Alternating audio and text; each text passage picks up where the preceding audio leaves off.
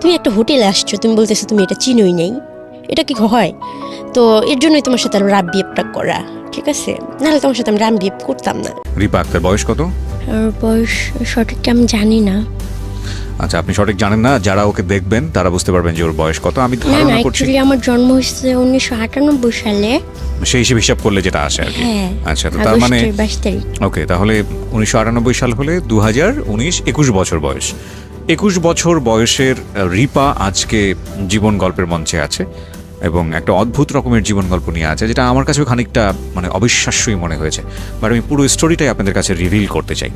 তো রিপা জন্ম জেলা কোথায়? মানিকগঞ্জ। মানিকগঞ্জে, ঢাকার মানিকগঞ্জ? হ্যাঁ, সাভার মানিকগঞ্জ। সাভার মানিকগঞ্জ। ওকে, এখন থাকছেন ঢাকাতেই? হ্যাঁ, মিরপুরে। মিরপুরে থাকছেন, ঠিক আছে, শুরু করেন আপনি প্লিজ। আসলে আমি একটা কথা বলতে চাই, আমি কাউকে কিছু বিশ্বাস করানোর জন্য এখানে আসি নাই। জাস্ট আমি আমার কথাগুলো কাউরে শেয়ার করতে পারতেছিলাম না, এর জন্যই আমার এখানে আসা। আর আপনাকে আমি শুনি, তো আপনার কাছে আসলে আমার সব কথাগুলো বলা। আর দর্শকরা যদি কথাগুলো শুই না আমার একটু প্রশ্নের উত্তর দিতে পারে, তাহলে আর আমার কিছু বলার থাকবে না। মানে আপনি অনেকগুলো প্রশ্ন আজকে নিয়ে এসেছেন, কিন্তু আপনার প্রশ্ন করার মতো কোনো মানুষ নেই, যে কারণে আজকে জীবন গল্পে এসেছেন। চলুন শুনি, ডিফারেন্ট একটা স্টোরি হবে প্রিয় শ্রোতা, শুধুতেই বলে রাখছি, অ্যান্ড কোয়াইট আনথিঙ্কেবল। ওকে, চলুন। আমার মনে আছে যেখান থেকে সেখান থেকে বলি।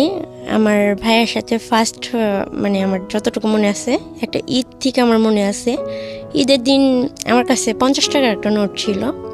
তো আমার ভাইয়ের কাছে ভাইয়া 2 টাকা দিয়ে আমাকে বলতেছে, এই টাকাটা অনেক বেশি টাকা, 50 টাকাটা আমাকে দিয়ে দাও। পরে আমি দিয়ে দিলাম।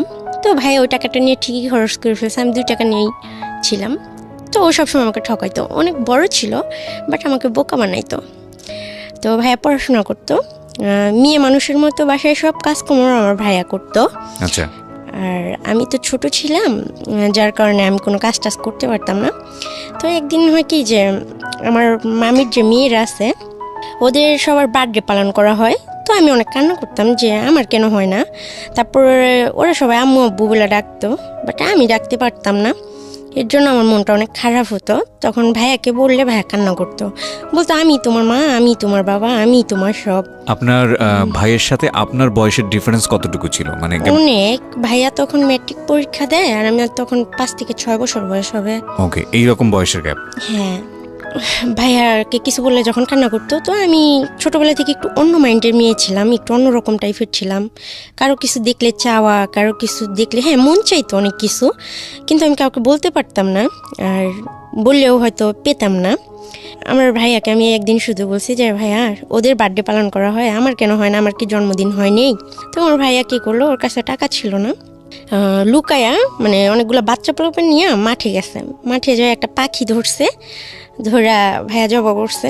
মানে এই দিনটা আমার জীবনে অনেক স্মরণীয়। ওই পাখিটা জবা করা 5 টাকাতে একটা কেক আনছে। তো মাঠের ভিতরে আমার বার্থডে পালন করছে, যার কারণে আমি জানি যে আগস্টের 22 তারিখ আমার বার্থডে। এরকম করে প্রতি বছরই মানে 2 বছর পর্যন্ত আমার জ্ঞান হওয়ার পরে আমার ভাই আমার সাথে ছিল। তারপর একদিন ভুল করে আমি মামির মানে ডাইনিং টেবিলের চেয়ারে বসি, তো আমার মামি আমাকে অনেক মারে যে ওখানে কেন বসলাম। তারপর আমার ভাইয়াও আমাকে ওখানে মারে। পরবর্তীতে ভাইয়া করে কি ছাগল নিয়ে মাঠে যায়, তখন ভাই মাঠে যায় আমাকে জড়াই ধরে অনেক কান্না করে যে আপু তোর অনেক লাগছে না, তুই রাগ করিস না, তুই বড় হ, আমি তোকে অনেক সুন্দর একটা বাড়ি করে দেবো, সেখানে অনেক চেয়ার টেবিল থাকবে, সেখানে তোকে কেউ মারবে না। আমি আর কিছু বলতাম না, আমি বুঝতাম যে কেমন যেন খারাপ লাগতো, বাট আমার কষ্ট জিনিসটা বুঝতাম না, আমার কান্নাও পাইতো না। এরকম করে ভাইয়া কোনো অন্যায় করলেই খুব মারতো আমার নানা নানি, আর মামিরা খুব বাজে বাজে কথা বলতো। দেখা যেত আমি গোসল করতে গেলে শ্যাম্পু নিয়ে নিতাম, তখন মামি অনেক বড় বড় কথা বলতো যে তোর বাবারই তো ঠিক নাই, তার মেয়ের আবার শ্যাম্পু লাগে নাকি, তো অনেক ধরনের কথা বলতো। তো এরকম করতে করতে একদিন শুক্রবারে আমার ভাইয়ের রেজাল্ট বের হয়েছে। ভাইয়া টিউশনি করতো মাঝে মাঝে, তো প্রতি সপ্তাহে অনেক বাচ্চাদের পড়াইতো। তো ওখান থেকেও দেখা যাচ্ছে আমার নানিকেই টাকা দিয়ে দিত, তারপর আমার জন্য হয়তো 2-10 টাকা হয়তো খরচ করতো এরকম। তো প্রতি বছর ঈদে মামারা জাকাত দান করতো, কুরবানি দিত, বাট আমাদের কারোর সামনে ফেস করতো না। তারা যখন ঘুরতে যাইতো আমাদের 2 ভাই বোনকে বাড়িতে রেখে বাইরে থেকে তালা মারে রেখে চলে যাইতো। সবাই মার্কেট করতো, অনেক দামি দামি পোশাক কিনতো। তো আমারও খুব ইচ্ছা করতো সেগুলো পরার জন্য। দেখা যেত মামিদের জুতোগুলো মোছার জন্য আমাকে দিত। তখন আমি কী করতাম, ছোট ছিলাম তো, পায়ে ঢুকায়া জুতোগুলো বসে থাকতাম যে আমি কবে পড়তে পারবো। তো আমার ভাইয়া মাঝে মাঝে এগুলো দেখতো, আর মামিরা কেউ দেখলে তো মারতো। তো আমি কম বেশি একটু দুষ্টু ছিলাম, তো মারটার খাইতাম। তার জন্য ভাইয়াও খুব রাগ করতো। ভাইয়া রাতে অনেক কষ্ট করে পড়াশোনা করতো। তো ভাইয়ার অত বড় বইগুলা আমাকে দিয়ে লেখাইতো। তো না লিখলে কী করতো, মারতো। আমি বুঝতাম না, তবে আমি অনেক সুন্দর লিখতে পারি। আমার হাতের লেখা দেখলে হয়তো কেউ বিশ্বাসই করবে না যে আমি কখনো স্কুলেই যাইনি। তো আমার যখন স্কুলে যাওয়ার বয়স, তখন আমি স্কুলে যেতে পারি না, সব বাচ্চারা স্কুলে যাইতো। তো ভাইয়া বলতো যে আমি তোকে অনেক পড়াশোনা করাবো। তো ভাইয়া যখন রেজাল্ট বের হয়, হঠাৎই একদিন নানি ওকে মারে পেয়ারার জন্য। তো মারার পরে সারা রাত ভাইয়ার কথা বলে নেই, শুয়েছিল। তারপরের দিন সকাল 12টার দিকে আমার ভাইয়া দেখি যে ফাঁসি দিছে ঘরের ভিতরে, নানির একটা কাপড় দিয়া। তো ফাঁসি দিছে, দরজাটা বাইরে থেকে লাগানো ছিল। তো আমি খেলতেছিলাম বাচ্চাদের সাথে, তো আমাকে সবাই বলতেছে তোমার ভাইয়া মারা গেছে। তো আমি তো আর বুঝি না যে মারা গেছে এটা কি জিনিস, যে আমার ভাইয়া আর কখনো ফিরে আসবে না, আমাকে বকবেও না। আমার ভাইয়ার লাশটা নিচে নামানো হইলো। সেদিন ফার্স্ট আমি আমার বড় আন্টি দেখলাম। তো ওনার চেহারা, এখন আমি বড় হয়েছি, আমার সেম চেহারাই, বাট উনি একটু ফর্সা ছিল, আরও অনেক সুন্দরী ছিল। তো উনি অনেক কান্না করতেছিল। তারপর জানি না যে আমার ভাইয়া আসলে কীভাবে মারা গেছে। তবে আমার ভাইয়া মরে যাওয়া, আত্মহত্যা করার মতো ছেলে ছিলই না, কেননা ভাইয়া তো জানতো যে ভাইয়া ছাড়া আমার আর কেউ নাই। তারপর ভাইয়া পুলিশ আসলো, অনেক লোকজন হলো, আমাকে অনেক জিজ্ঞাসাবাদ করলো, বাট আমাকে কোনো কথা বলতে দেওয়া হলো না, আর আমি তো কিছু বুঝি না।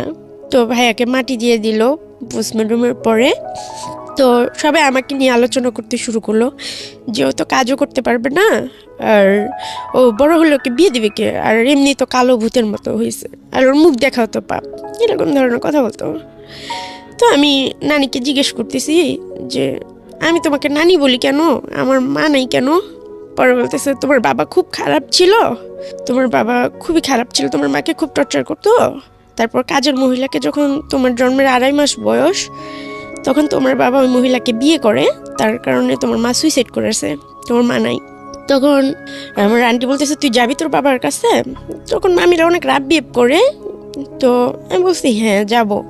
পরে কয়েক মাস রাখার পরে হঠাৎ করে আমাকে ঢাকা মিরপুর নিয়ে আসে একটা লোকের হাতে আমাকে উঠে যায়, বলে এটা তোমার বাবা। তো আমার বিশ্বাসই হচ্ছিল না যে লোকটা আমার বাবা। তো উনি আমাকে একটা নতুন জামা কিনে দেয়, ওই দিনকে আমার লাইফে ফার্স্ট আমাকে একটা নতুন জামা কিনে দেয়, আমাকে বেডে বসতে দেয়, তারপর আমাকে মাংস দিয়ে ভাত খেতে দেয়। তো উনি জুয়া খেলতো। তো ওনার যে ওয়াইফ, যে কাজের মহিলা ছিল, ওনার 2টা ছেলে বাচ্চা হয়েছে। তো উনি আমাকে বাসায় রেখে যখন বাইরে গেছে, ওনার ওয়াইফ ওনাকে মা বলতে পারবো না, আমি জানিও না যে উনি আমার মা কি না। বাচ্চারা ভিক্ষা করতেছে, ওই বাচ্চাদের সাথে আমাকেও পাঠাই দিছে, বলছে যা ওদের সাথে যা ভিক্ষা করবি যা। তখন আসলে আমি বুঝিও না যে এগুলো কি, আর আমি বাচ্চাদের সাথে হাঁটতেছি, বাট আমি কিছু বলতেছি না। তখন যিনি ওই লোকটা যে বাবা বলছিল আমার, উনি আমাকে রাস্তায় যখন দেখে, উনি আমাকে অনেক মারতে বাসায় আনে যে তুমি এটা কেন করলা। তখন আমি তো কিছু বলতে পারতেছি না, আমি শুধু এটা বলছি উনি আমাকে পাঠাইছে। এ কথা বলার পর উনি আমাকে আরও মারে। তারপরে উনি একদিন হঠাৎ করে এসে আমাকে জামা টামা পরে বলতেছে চলো তোমাকে তোমার ফুপির বাসায় রেখে আসবো। উনি খুবই রেগেছিলেন।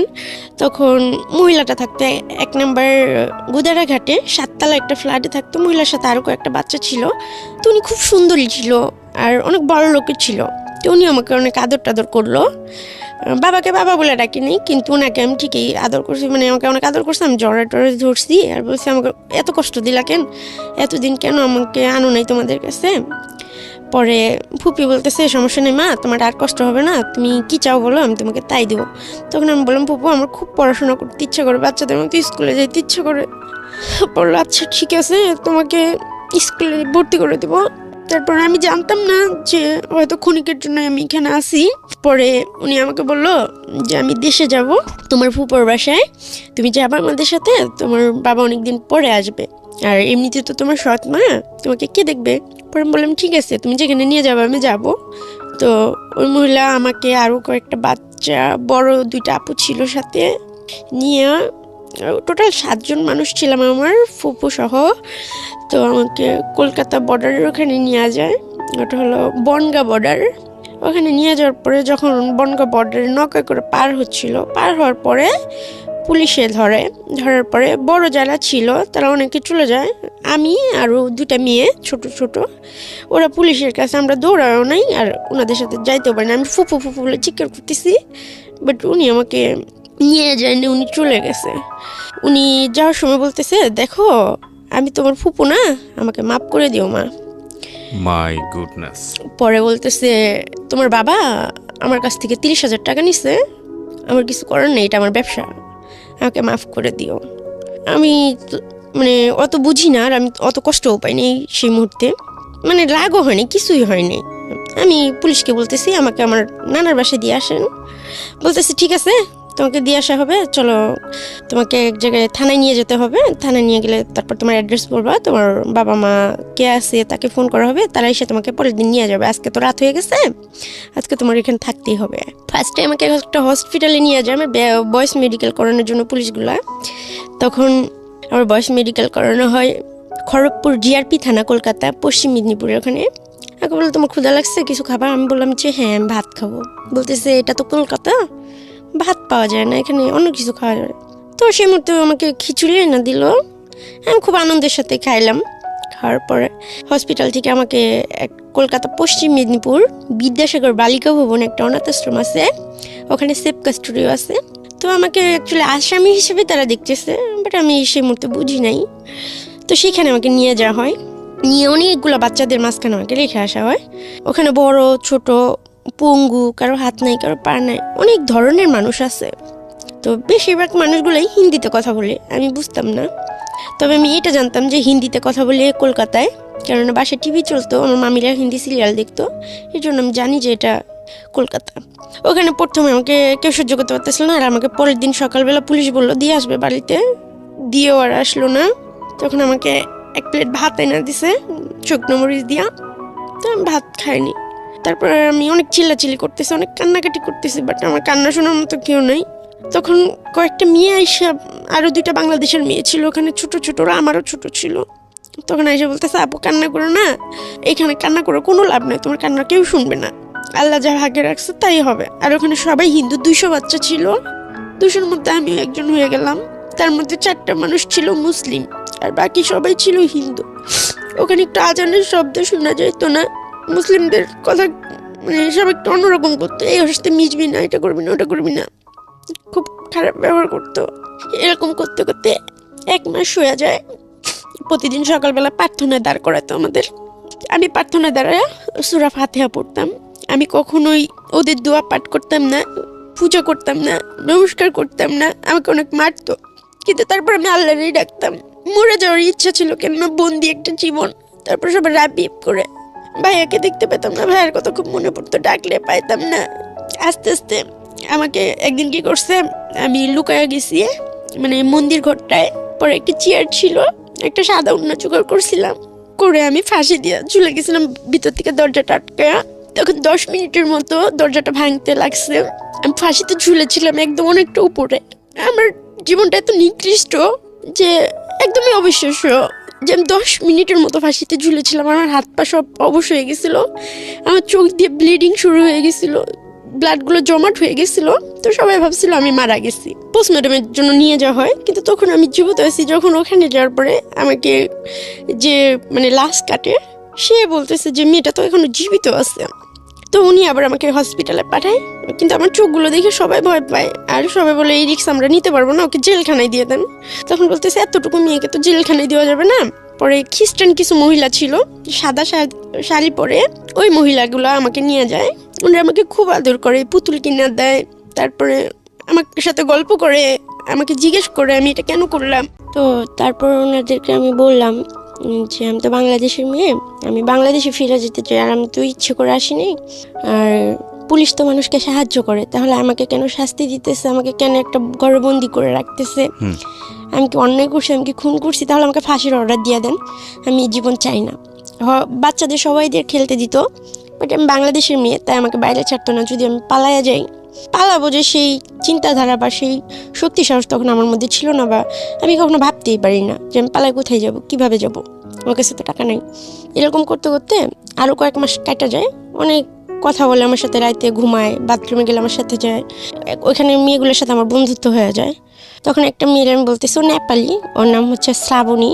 আমি বলতেছি আচ্ছা কীভাবে মরা যায় রে বলতো, আমার এই জীবনটা ভালো লাগে না। ও বলতেছে দোস্ত তুই হাতের রগটা কেটে দিবি, দেখবি তোর অটোমেটিক মৃত্যু হয়ে যাবে। তো আমি কি করি, আমার মানে ফার্স্ট ব্লেড দিয়ে আমি হাতে কাটি। তো প্রথমে খুব আমার ভয় লাগে, ব্লেডটা হাতে নেওয়ার পর আমার পুরো শরীরটাই কাঁপে। যখন আমি আমার পিসের কথাগুলা, ব্লেডটা পান কোথায় আপনি? ওখানেই ছিল, মানে বড় মেয়েরা ইউজ করতো, বাথরুম থেকে আমি নিয়েছিলাম। আর আমার চিন্তাই ছিল যে আমি কীভাবে আত্মহত্যা করব, কীভাবে আমি নিজের জীবনটাকে শেষ করবো, আমি ভাইয়ের কাছে চলে যাব। কেন এত কষ্ট, মানে আমার আর ভালো লাগে না। ভাইয়াকে দেখতে পেতাম না, তো ভাই আর আসতো না।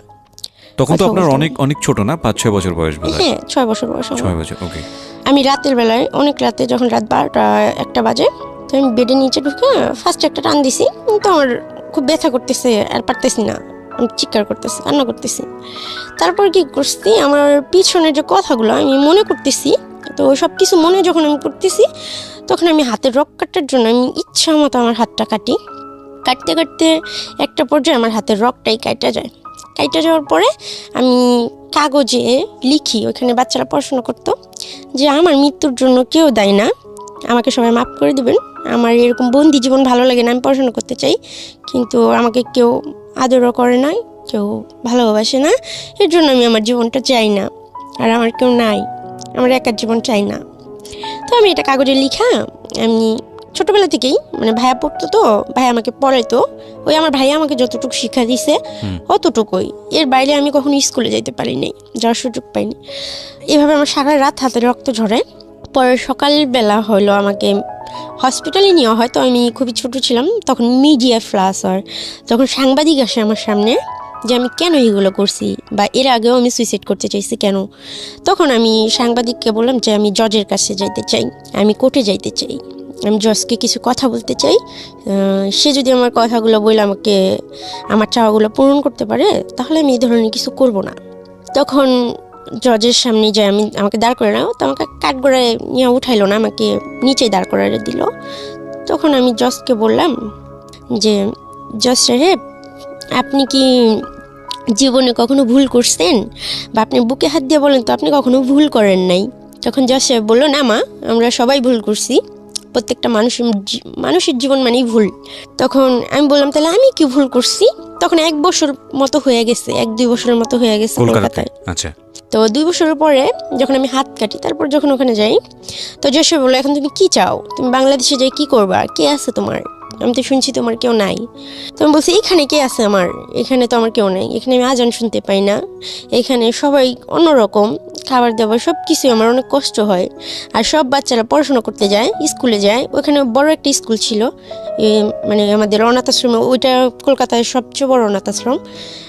নাম মনে আছে? হ্যাঁ, কলকাতা পশ্চিম মেদিনীপুর বিদ্যাসাগর বালিকা ভবন, আর স্কুলের নাম হচ্ছে বিদ্যাসাগর হাই স্কুল। ওকে। তো ওটা সবাই চিনে, অনেক বড় স্কুল। তো আমি বলতেছি আমারও পড়াশোনা করে ইচ্ছা করে, আমাকে যে এখানে আপনি আটকে রাখছেন, আমি তো কোনো অপরাধ করে আসিনি, আমি তো ছোটো মানুষ, তাহলে যদিও আমার ভুল হয়ে থাকে যে আমি বাংলাদেশের মানুষ, এটা যদি আমার ভুল হয়ে থাকে, আজ থেকে 10 বছর পরে আপনি আমাকে সাজা দিয়ে যখন ছাড়া দিবেন, তখন আমি কার কাছে যাব, কি করব, আমি পড়াশোনা ছাড়া পথ চলবো কী করে, বা আমার দায়িত্ব নেবে কে, বা 10 বছর পরে আমি কার কাছে যাব, কার কাছে যাবে বলবো যে আমাকে একটু জায়গা দাও, তখন আপনি কি আমার দায়িত্বটা নেবেন। তো জজ সাহেব বললো, দেখো তুমি এখানে থাকতে থাকতে হাতের কাজটা শিখো, তুমি যদি স্কুলে পড়তে চাও আমি তোমাকে স্কুলে পড়াবো, তোমাকে বিয়ে দিয়ে দেবো, তুমি হিন্দু ধর্ম গ্রহণ করে নাও, তোমাকে ভালো একটা ছেলে দেখে আমরা বিয়ে দিয়ে দিব, বাংলাদেশে তোমার ফিরে যাওয়ার দরকার নাই, আর তোমাকে যেভাবে ধরা হয়েছে বাংলাদেশে যাই তুমি কী করবো, আবার সেই কষ্ট পাবো, আবার কেউ বিক্রি করে দেবো। তো আমি বলছি সেটা যাই হোক, আমি দেশে যাই মাটি কেটে খাবো, বাসায় কাজ করে খাবো, কিন্তু আমি আমার দেশে ফিরে যেতে চাই। আসলে আমার মনে রাগ ছিল, যে লোকটা আমাকে ওইখানে পাঠাইছে ওই লোকটাকে খুন করার জন্য আমার বাংলাদেশে ফেরার নেশা ছিল, যে আমি এখানে আসবে একদিনের জন্য হলেও, এসে ওনাকে খুন করবো, তারপর পুলিশ আমাকে যা শাস্তি দেবে আমি মাথা পেতে নেবো। এবং সে লোকটা হচ্ছে আপনার বাবা? হ্যাঁ, আমি আসলে জানি না উনি আমার বাবা কিনা, যেটা সত্যি কথা। জজ বললো ঠিক আছে, আজকে থেকে তোমাকে পড়তে দেওয়া হবে। তো আমি খুব খুশি হইলাম, আমাকে স্কুলে নিয়ে যাওয়া হলো, তবে পুলিশ গার্ড দিয়ে। 2টা পুলিশ আমার সাথে থাকতো সবসময়। কারণ আপনি যে কোনো মুহূর্তে সুইসাইড করতে পারেন বা পালিয়ে যেতে পারেন। হ্যাঁ হ্যাঁ, আমি বাংলাদেশের মেয়ে, এই জন্য। তখন বাচ্চাদের প্রতিদিন মাঠে ছাড়া হইতো, প্রায় 200 বাচ্চা। তো আমি যেদিন স্কুলে গেছি সেদিন থেকে বাচ্চাদের মানে খেলতে যাওয়া বন্ধ, যে তোমরা খেলতে যাও, রিপাও খেলতে যাবে। তো এখন আমি একটা মানুষ, মানে সে জায়গায় 200 মানুষ। তো আমি ওদের দিকে তাকায় দেখি সব বাচ্চার মন খারাপ। বাসায় মানে যখন আমরা হোমে ফিরি, মানে রুমে, তখন সবাই বই ছিটাছিটি করতেছে, তো ফালাই দিতেছে, এ বলতেছে স্কুলে যাবো না, চল এই করবো না সেই করবো না, কোত্থেকে উঠে এসে জুড়ে বসছে। তো অনেকে অনেক ধরনের কমেন্ট করতেছে। তারপরের দিনও আমি স্কুলে গেছি। এইভাবে টানা 3 দিন আমি স্কুলে যাই। তো লাঞ্চ টাইমে আমাকে যেভাবে গার্ড দিয়ে রাখা হয়, এখন আমার জন্য ওরা একটা বন্দি জীবনে পড়ে গেছে।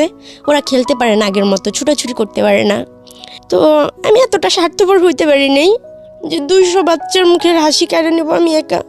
আমার খুব পড়াশোনা করার ইচ্ছে ছিল। ওই বাচ্চাগুলোর মুখের দিকে তাকে তখন আমি দেখলাম যে আমরা একার জন্য ওদেরকেও অনেক কষ্ট পাইতে হইতেছে।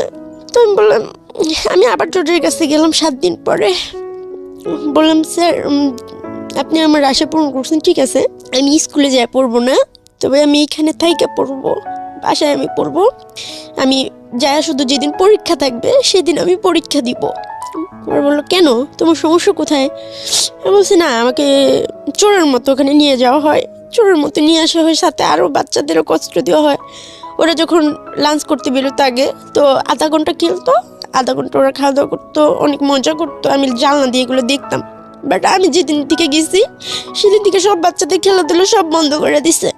পরে আমি ভাবলাম যে 10 জন মানুষের মুখের হাসির দিকে আমার একার কষ্ট অনেক ভালো।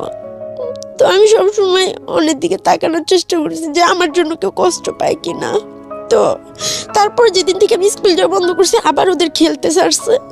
তো তখন আমার খুব খুশি লাগছে যে যাই হোক, এতগুলো বাচ্চা, ওদেরও তো বাবা মা নাই, অনেকের হাত নাই, অনেকের পা নাই, ওরা হাসতে পারতেছে। ওদের হাসি দেখে নিজের কষ্টটা ভুলে যেতাম আমি, যে আল্লাহ আমাকে অনেক সুস্থ রাখছে, হয়তো এটা আমার কোনো পাপের ফল। তারপর আমি ওখানে সেলাই হাতের কাজ শিখলাম। আস্তে আস্তে পড়ার দিকে আমার মনটা উঠে যায়। আমি অনেক সুন্দর হাতে সেলাই কাজ জানি, অনেক ডিজাইন করতে পারি।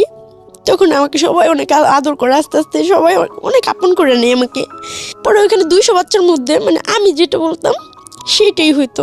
ওখানে যে অ্যাসিস্ট্যান্ট সুপারভাইজার ছিল ম্যাম, কাকুলি দিদি ভাই, উনি আমাকে খুবই ভালোবাসত, ওনাকে আমি খুব মিস করি। কিন্তু অনেক দূরত্বের ফলে ওনার সাথে হয়তো কোনোদিন দেখা হবে না। দিদিভাই, সত্যি আমি তোমাকে খুব মিস করি, তোর মধ্যে তো ভালো আমাকে কেউ বাসে না। তো ওখানে 8টা ম্যাম ছিল, ম্যামরা সবাই আমাকে অনেক আদর করতো আর বলতো, রিপা পড়ো পড়ো, অন্যের জন্য কেন নিজের জীবন করবা। তখন ওনারা বারবার আমাকে বললো যে রিপা তুমি হিন্দু হয়ে যাও, কেন বুঝতেছো না, জীবনটা এত সহজ না, হিন্দু ধর্ম গ্রহণ করো, দেখবে তোমার ভালো একটা পরিবারের সাথে বিয়ে হবে, তুমি বাবা পাবা, মা পাবা, আত্মীয় পাবা, স্বজন পাবা। তখন আমি বলতেছি, দেখেন এটা কোনো দিনই সম্ভব না। আমি যতটুকুই শুনছি ইসলাম সম্বন্ধে, আমি আমার নবী রাসূলকে, আল্লাহ তাআলাকে অনেক ভালোবাসি, আমি কখনোই পারবো না এই কাজটা করতে। আমি সারা জীবন জেলের অন্ধকারে থাকলেও এটা পারবো না। ওখানে আমি শুধু এইটাই আবদার করি যে আমি আমার দেশে ফিরে যেতে চাই। তখন অনেকগুলো কাউন্সিলর ম্যাডাম আসে, একজন স্যার আসে আমার সাথে কথা বলার জন্য। আমি একটা সময় অসুস্থ হয়ে যাই ভাবতে ভাবতে যে আমার জীবনটা কেন এরকম, আমি কেন কোনোদিন মা বলে ডাকতে পারলাম না, কোনোদিন বাবা বলে ডাকতে পারলাম না, আমার কেন কেউ নাই, আল্লাহ এত মহানগিরি কেন আমার জন্যই করলো। সবাই বলে আল্লাহ যাকে ভালোবাসে আল্লাহ তাকেই কষ্ট দেয়, তাকে আল্লাহর প্রিয় বান্দাদের আল্লাহ এই দুনিয়া কষ্ট দেয়।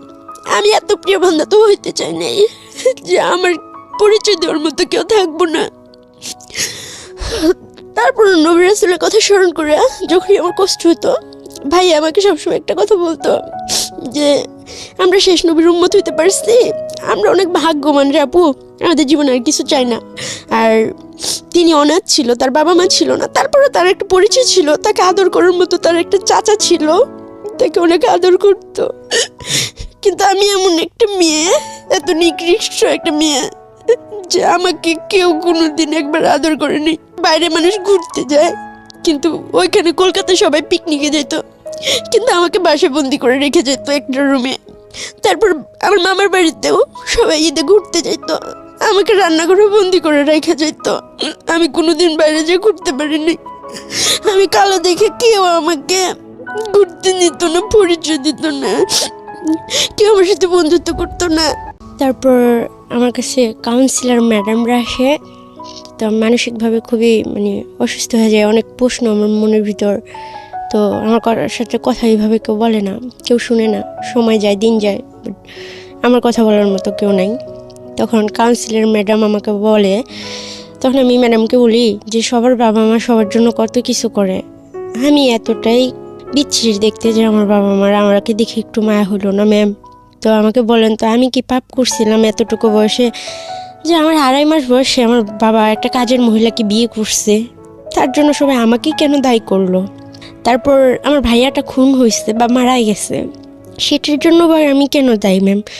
মানে মানুষ পাপ করার তো একটা বয়স লাগে। তো ওই বয়সে আমি আল্লাহর কাছে এমন কি পাপ করছিলাম যে পাপের জন্য আল্লাহ আমাকে এরকম ধরনের, মানে এটাকে আমার দিকে মনে হয় যে আমার জন্য একটা শাস্তি, নয়তো কি আমি জানি না আপনাদের দৃষ্টিতে কি, আমার জন্য মনে হয় যে একটা শাস্তি। তো ম্যাম আমাকে ওই দিনকে বুঝায় বললো, দেখো সব বাবা মা সন্তানের জন্য করে, তাই না রিপা? তো তুমি মনে করো দুনিয়ায় প্রথম সন্তান, যে বাবা মার জন্য তুমি কিছু করতে পারতেছো, তোমার বাবা মা তোমাকে ছাড়া ভালো আছে, এতে কি তুমি খুশি না? কয়টা বাবা মা মানে ছেলে মেয়েদের কাছ থেকে সুখ পায়? সব বাবা মারা ছেলে মেয়েদের জন্য করে দেয়।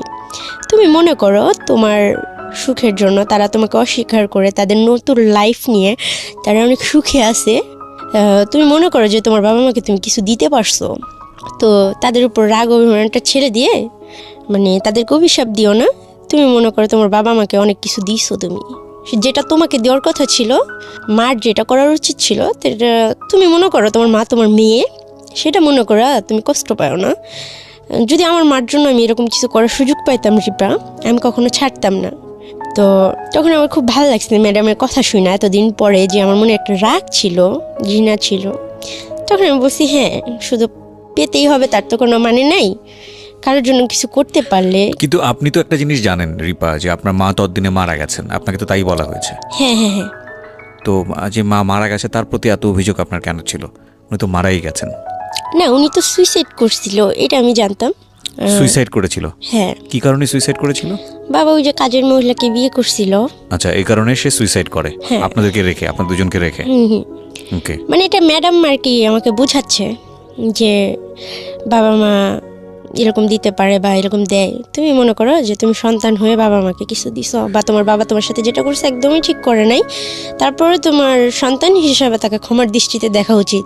আজকে এই অনুষ্ঠানটা শেষ পর্যন্ত মায়েরা শুনবেন, এবং যেসব মেয়ে বা যেসব ছেলে জীবনে সুইসাইড করা, ছেলেদের বিষয়টা আসলে এখানে কীভাবে আসবে আমি জানি না, তবে যেসব মারা সুইসাইড করার মতো জায়গায় চলে যান সন্তান রাখার পরে, তাদের আজকের এই এপিসোডটা শোনা উচিত। এতক্ষণ পর্যন্ত এফোর ওফর হয়ে গিয়েছে অনেকেরই, ইভেন আমি বহুবার চোখের জল মুছেছি আমার। আমি শেষ পর্যন্ত সবাইকে বলবো যে ধৈর্য ধরে আজকের এই জীবন গল্পটা আপনারা শুনবেন আশা করি। রিপা বলুন প্লিজ। তারপর আমি খুশি হই ম্যাডামের কথা শুনে। এতদিন পরে আমার মনে একটু হালকা লাগে যে ঠিক আছে ফাইন, এতদিন একটা রাগ ছিল যে বাবাকে অনেক কিছু করব, উনি যদি আমার বাবা হয়ে থাকে ওনাকে আমি মেরে ফেলবো।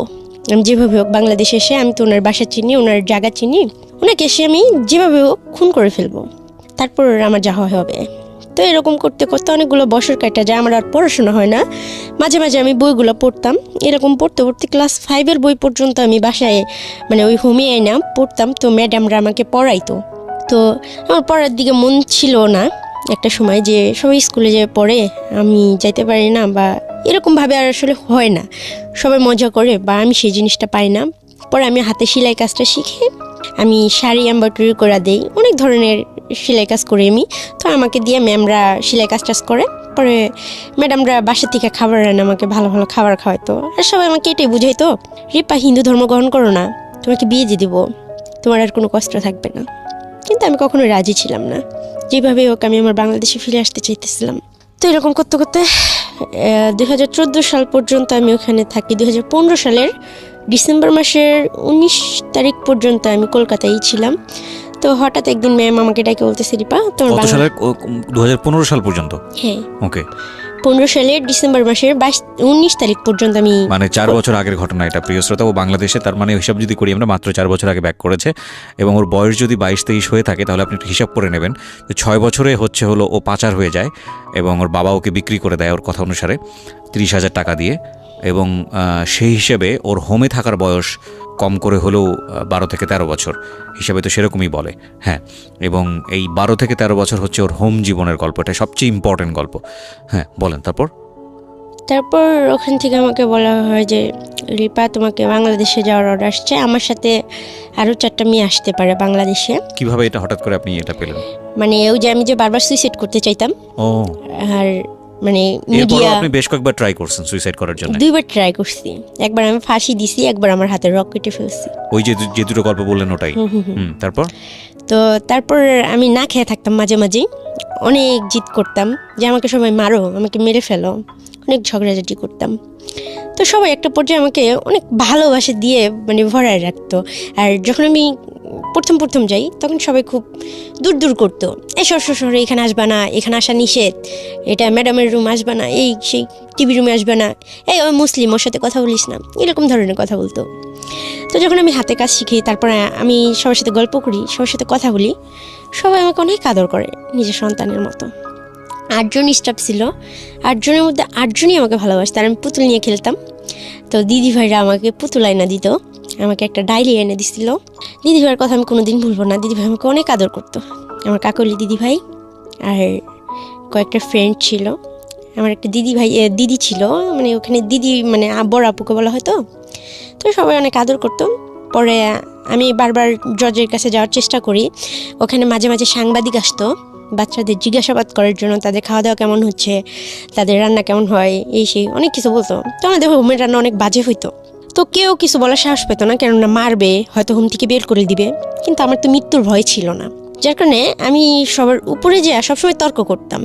একদিনকে সাংবাদিকদের আমি বলতেছি যে আপনারা আমাদের সাথে বসে এক বেলা যদি ভাত খান, তাহলে আমাদের আর কিছু বলার থাকবে না।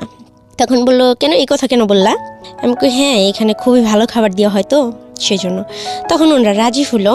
তো খাবারগুলো যখন আমি বলছি, হঠাৎ করেই মানে এটা হবে, আপনারা বলে কই আসবেন ভালো করে রান্না হবে বা খারাপ করে রান্না হবে আপনাদের জন্য, এটা তো হবে না, আমাদের সাথে বসে খেতে হবে। তো আমার কথাটা ওখানে স্মরণীয় হয়ে গেছে। পুরো কলকাতার মানুষই বোধহয় আমার নামটা চেনা হয়ে গেছে যে রিপা নামের কোনো একটা মেয়ে এই অনাথ আশ্রমে ছিল। ওই মিডিয়ার লোকজন আসে আমাদের খাবারগুলো দেখে, তারা কেউ খাইতে পারে না। তারপরে ওখানে ক্যামেরা লাগানোর ব্যবস্থা হয় ভিতরে, হল রুমে, ডাইনিং রুমে। তারপর রান্নার জন্য ওখানে বাচ্চারা রান্না করতাম আমরা সবাই মিলে, 200 মেয়ের রান্না, 7 জন করে রান্না করতাম, ফ্লোর মুছতাম, তারপরে অনেক কিছু করতাম। তো তারপর বা হয়তো অনেক কিছু মেপে টেপে দেওয়া হতো, বা খাবারটা অনেক বাজে হতো। পরে ওই ক্যামেরা লাগানোর ব্যবস্থা হলো, রান্নার জন্য কুক দেওয়া হলো। সেটা কিন্তু আমি বলবো না আমার জন্য, বাট আমি চেষ্টা করছি, কেননা আমার মায়ের খাওয়ারও ভয় ছিল না, মৃত্যুরও ভয় ছিল না, বা আমাকে বের করে দিবে, আমি তো চাই আমাকে বের করে দিক, যার কারণে এই কথাগুলো বলার সাহস আমি পাইতাম। তারপর আস্তে আস্তে আমাদের ওখানে সব কিছু ভালো পরিবেশ হয়ে যায়, আর আমার সাথেও সবার সাথে ভালো একটা বন্ডিং হয়ে যায়। আর বাচ্চারাও আস্তে আস্তে আমাকে অনেক ভালোবাসতে শুরু করে। একটা সময় ওরা আমাকে ভালোবাসতো না, তো মিশতো না কেউ আমার সাথে। তারপরে বাইরে খেলতে যাওয়ার বিষয়টা, বাইরে ঘুরতে যাওয়ার বিষয়টা, সব কিছু আমি মিডিয়ার সামনে সবসময় ফেস করতাম, যেটা ইচ্ছা করতো। টিভি দেখতে দিতেও 1 ঘন্টা প্রতি সপ্তাহে একদিন। তখন আমি যখন লোকজন আসতো বাইরে থেকে, তো আমি সবসময় আগে কথা বলতাম যে এরকম জেলখানার মতো জীবন আমাদের কেন দেওয়া হয়েছে, আমরা কি আসামি, আমরা কি খুন করে আসছি, সে বলতাম। তো বলতো যে কি সমস্যা, আমাকে বারবার মানে কয়েকবার না হলেও 8-10 বার কোর্টে নিয়ে যাওয়া হয়েছে আমার ইচ্ছাগুলো শোনার জন্য, বা আমি সুইসাইড করতে চাই। ওখানে বাচ্চাদের অনেক মূল্যায়ন করা হয়, একটা বাচ্চা যদি মারা যায় তাহলে কর্তৃপক্ষ দায়ী। তারপরে আর ওই হোমটা সত্যি যারা জানেন, যারা শুনছেন, তারা বুঝতে পারবেন যে ওই হোমটা আসলে কীরকম। বিদ্যাসাগরের নাম করাই আমাদেরকে টিভি দেখে প্রতিদিনই দেখতে দেওয়া হলো, খাবার দাবার ভালো ব্যবস্থা হলো। এরকম করতে করতে দেখতেছে যে ম্যামরা দেখতেছে যে রিপা যা শুরু করছে, মানে পুরো হোমটাকে আমি চেঞ্জ করে দিছিলাম। সেটা শুধু আমার মৃত্যুর ভয় ছিল না, মায়ের খাওয়ার ভয় ছিল না, সেই জন্য আমি পারছিলাম। তো আমার জন্য একটা সময় বাচ্চারা অনেক স্বাধীনতা পাইছে, ওরা নাচের প্রোগ্রাম করতে সে করতো, কিন্তু আমি যাইতে পারতাম না ওদের সাথে। তারপর ওরা খুশি হয়ে যখন ফিরে আসতো, সবাই আমার জন্য অনেক গিফট নিয়ে আসতো, আমাকে সবাই খুব ভালোবাসতো, দিদি ভাইরাও খুব ভালোবাসতো। তারপর তারপর আস্তে আস্তে হোমের পরিবেশটা চেঞ্জ হয়। আর আমার এসব জন্য থাকতে থাকতে হঠাৎ হঠাৎ আমার মন মেজাজ খারাপ হয়ে যেত। যতই ভালো থাকি না কেন, যতই টিভি দেখি না কেন, যাই করি না কেন, আমার বাংলাদেশে আসার জন্য খুব মন খারাপ হতো, মন চাইতো যে আমি মরে যাই। আমি আবারও ট্রাই করছি যে আমি খাওয়া দাওয়া ছেড়ে দিচ্ছি, যে আমি যেভাবে হোক আমি বাংলাদেশে যাব। আর 2014 সালে যদি আমি বাংলাদেশে না যেতে পারি, আমি যেভাবেই হোক মারা যাব। ছাদে ওঠার মতো কোনো চান্স ছিল না, ওটা ছিল 3 তলা, যে আমি ছাদে থেকে লাফ দেবো, আমার এরকম চিন্তা ছিল। বা কীভাবে মরা যায়, আমি কীভাবে মরবো, তো অনেক নিজে অনেক কষ্ট দিতাম। তো এরকম করতে করতে নতুন ম্যাম আসলো, সে বললো যে না, ওকে 18 হয়ে গেছে, 18 হইলে ওকে জেলে পাঠাই দেওয়া হবে, ও অনেক মানসিকভাবে মানে সুস্থ না। তখন আমি বললাম ঠিক আছে, আমাকে জেলে দিয়ে দেন, এমনভাবে একটা মামলা দিয়ে দেন যাতে আমাকে ফাঁসির অর্ডার দিয়ে দেয়, কারণ আমি চাই না এই পৃথিবীতে আর থাকতে, এত সুন্দর আল্লাহর দুনিয়া আমি থাকতে আর চাই না। তখন ম্যাম বলতেছে জেলখানা খুবই খারাপ, সেখানে তোমার সাথে কী করা হবে তুমি কি জানো না, সেখানে কয়েদিরা তোমার সাথে শারীরিক সম্পর্ক করবে, এই করবে সেই করবে, মারবে, অনেক কষ্ট দিবে, এইটা তো ভালো জায়গা, ভালো লাগে না তোমার, তাই না? আর না হলে তোমাকে বৃদ্ধাশ্রমে পাঠাই দেওয়া হবে, এরকম ধরনের কথা আমাকে বলে, যে তোমার বয়স 18 হয়ে গেছে, এখানে তো আর রাখা যাবে না, তোমাকে বৃদ্ধাশ্রমে পাঠাই দেওয়া হবে। আমি বলতেছি এই সমস্যা নেই, আমি যদি বাংলাদেশে এই হোম থেকে না যেতে পারি, আমার লাস্টটাই যাবে, সেটা যেভাবেই হোক। পরে আমাকে হঠাৎই ওই ম্যাম ডাকলো সকালবেলা, আমার সাথে আরও 4টা যে মেয়ে ছিল, সবারই বাংলাদেশে সরকারের সাথে একটা ডিমান্ড হয়। আর আমি আমার নানার বাড়ির যে অ্যাড্রেসটা, সেটা আমি ফুললি একটা কাগজে লিখে দিই। খুবই ক্ষুদ্র ক্ষুদ্র জায়গাগুলো, কত টাকা রিক্সা ভাড়া লাগবে, কি লাগবে, সব কিছু যতটুকু আমার মনে থাকে, পাশে কটা দোকান আছে, মসজিদ আছে, ঘর আছে, আমার মামার নাম কি, নানার নাম কি, সব কিছু আমি লিখে দিই একটা কাগজে। কি ছিল আপনার পরিচয়, অ্যাড্রেসটাকে আমি নিজেও জানতে চাই একটু। থানা জেলা মানিকগঞ্জ, পোস্ট গড়পাড়া, গ্রাম বাঙ্গালা। আমার নানার নাম হচ্ছে, মানে ওনাদের নাম আমি বলতে চাই না। ঠিক আছে, ওকে ফাইন, ওকে। আমি আসলে ইন্সপায়ার, যদি আপনি না জান তাহলে আমি আসলে ইন্সপায়ার করছি না। ওকে ফাইন, বলুন তারপর। তো কেননা ওনাদের কেউ আজকে হয়তো ওই জায়গার মানুষও কেউ শুনবে, তখন বলবে যে ওনারা এরকম হইতে পারে। কেউ আমার আপনজনদেরকে আমি বলবো ঠিক আছে, অন্য কেউ অসম্মান করবে, সেটা আমি চাইবো না। তাদের অসম্মান করার জন্য আমি গল্পটা বলা না, আমার গল্পটা বলা হচ্ছে আমার বুকটা ব্যথায় ভরে আছে, আমার খুব কষ্ট হয়, এইসব কথাগুলো নিয়ে আমি আর চলতে পারতেছি না, আমার নিজের অনেক অপরাধ বোধ মনে হয়, এর জন্য আমার কথাগুলো বলা। তো আমাদের বাংলাদেশে আসার ব্যবস্থা হয়। তো সুপার ম্যাম আমাদের নিজে বাংলাদেশের বর্ডারে দিয়ে যায়, পুলিশের হাতে হ্যান্ড ওভার করায়। তো 2015 সালে, তারিখ মনে আছে? হ্যাঁ, 2015 সালে ডিসেম্বরের 19 তারিখ। তারপর ওইখানে একটা মেয়েদের হোমে আইনে আমাকে রাখা হয়। আমার নানাকে ফোন দিয়ে বলা হয়, সে আমাকে নিতে চায় না, তাকে বলা হয় যে রিপাকে যে রিসিভ করবে, গার্জিয়ান হিসেবে যে নিবে, তাকে 50,000 টাকা দেওয়া হবে। তখন আমার নানা পরের দিন চলে আসে নাম্বার নিয়ে। তো সরকারিভাবে ওখানে যে সেলাই কাজটা আমি করতাম। টাকা কি দেওয়া হয়েছিল নাকি জাস্ট এই মিথ্যা কথা? সত্যি দেওয়া হয়েছিল। আপনার নানাকে 50,000 টাকা দেওয়া হয়েছে? এটা কে দিয়েছে, বাংলাদেশ গভর্নমেন্ট না ইন্ডিয়া? ইন্ডিয়ান গভর্নমেন্ট, মানে ওই দেশের 25,000 না কত হাজার টাকা, মানে আমাদের ওখানে প্রত্যেকটা বাচ্চার একটা ইয়া হতো, মানে কিছু টাকা জমা হতো যারা সেলাই কাজ করতো। ওকে। তাছাড়াও মানে বাচ্চাদের জন্য একটা ভবিষ্যৎ চিন্তা করে, যখন একটা বাচ্চা বের হয় 18 বছর পূর্ণ হওয়ার পরে, তখন ওই অ্যামাউন্টটা তাকে দিয়ে দেওয়া হয়, ওই টাকাটা দিয়ে দেওয়া হয়। তো আর আমাকে তো সবাই করতো, আর আমি অনেক কাজ করতাম, অনেক সেলাই কাজ করতাম। কি ধরনের সেলাই কাজ পারেন আপনি? আমি হাতের এমব্রয়ডারি সেলাই কাজ পারি, যেগুলো সত্যি খুব সুন্দর। আমার নিজেরই মনে হয় যে আমি যে ভালো একটা কাজ করতে পারি, আমি মেশিন চালাইতে পারি। তো আমি যে একটা চাদর, অনেক বড় বিছনা চাদর এমব্রয়ডারি করে দিছি একটা ম্যামকে, তারপরে একটা শাড়ি, পাঞ্জাবি, রুমাল, অনেক আইটেমের। ওকে, ঠিক আছে। তো আপনার নানা আপনাকে রিসিভ করতে যায়, তারপর? হ্যাঁ, একটা ছেলেকে, এলাকার একটা ছেলেকে নিয়ে আসলো রিসিভ করতে। তো আমি খুব খুশি ছিলাম। আমাকে যখন আমার ওই যে বাবা যে লোকটা, ওনাকে পুলিশ নিয়ে আসে, তো আমাকে বলে রিপা মামলা করে দাও ওনার নামে। ওই দিনই পুলিশ নিয়ে আসে? না, তারপরের দিন। আচ্ছা। বলে ওনার নামে মামলা করে দাও। তো ওনার সাথে ওনার মা আসে, আমার দাদি হয় সম্পর্কে যতটুকু, ওই মুহূর্ত পর্যন্ত আর কি। তো উনি আমার সাথে খুব চিল্লাচিল্লি করতেছে, তুমি একটা ডাইনি নিয়ে, আমার মানে বংশ পরিচয় আছে, তোমার জন্য আমার ছেলেকে শেষ পর্যন্ত থানায় আসতে হলো।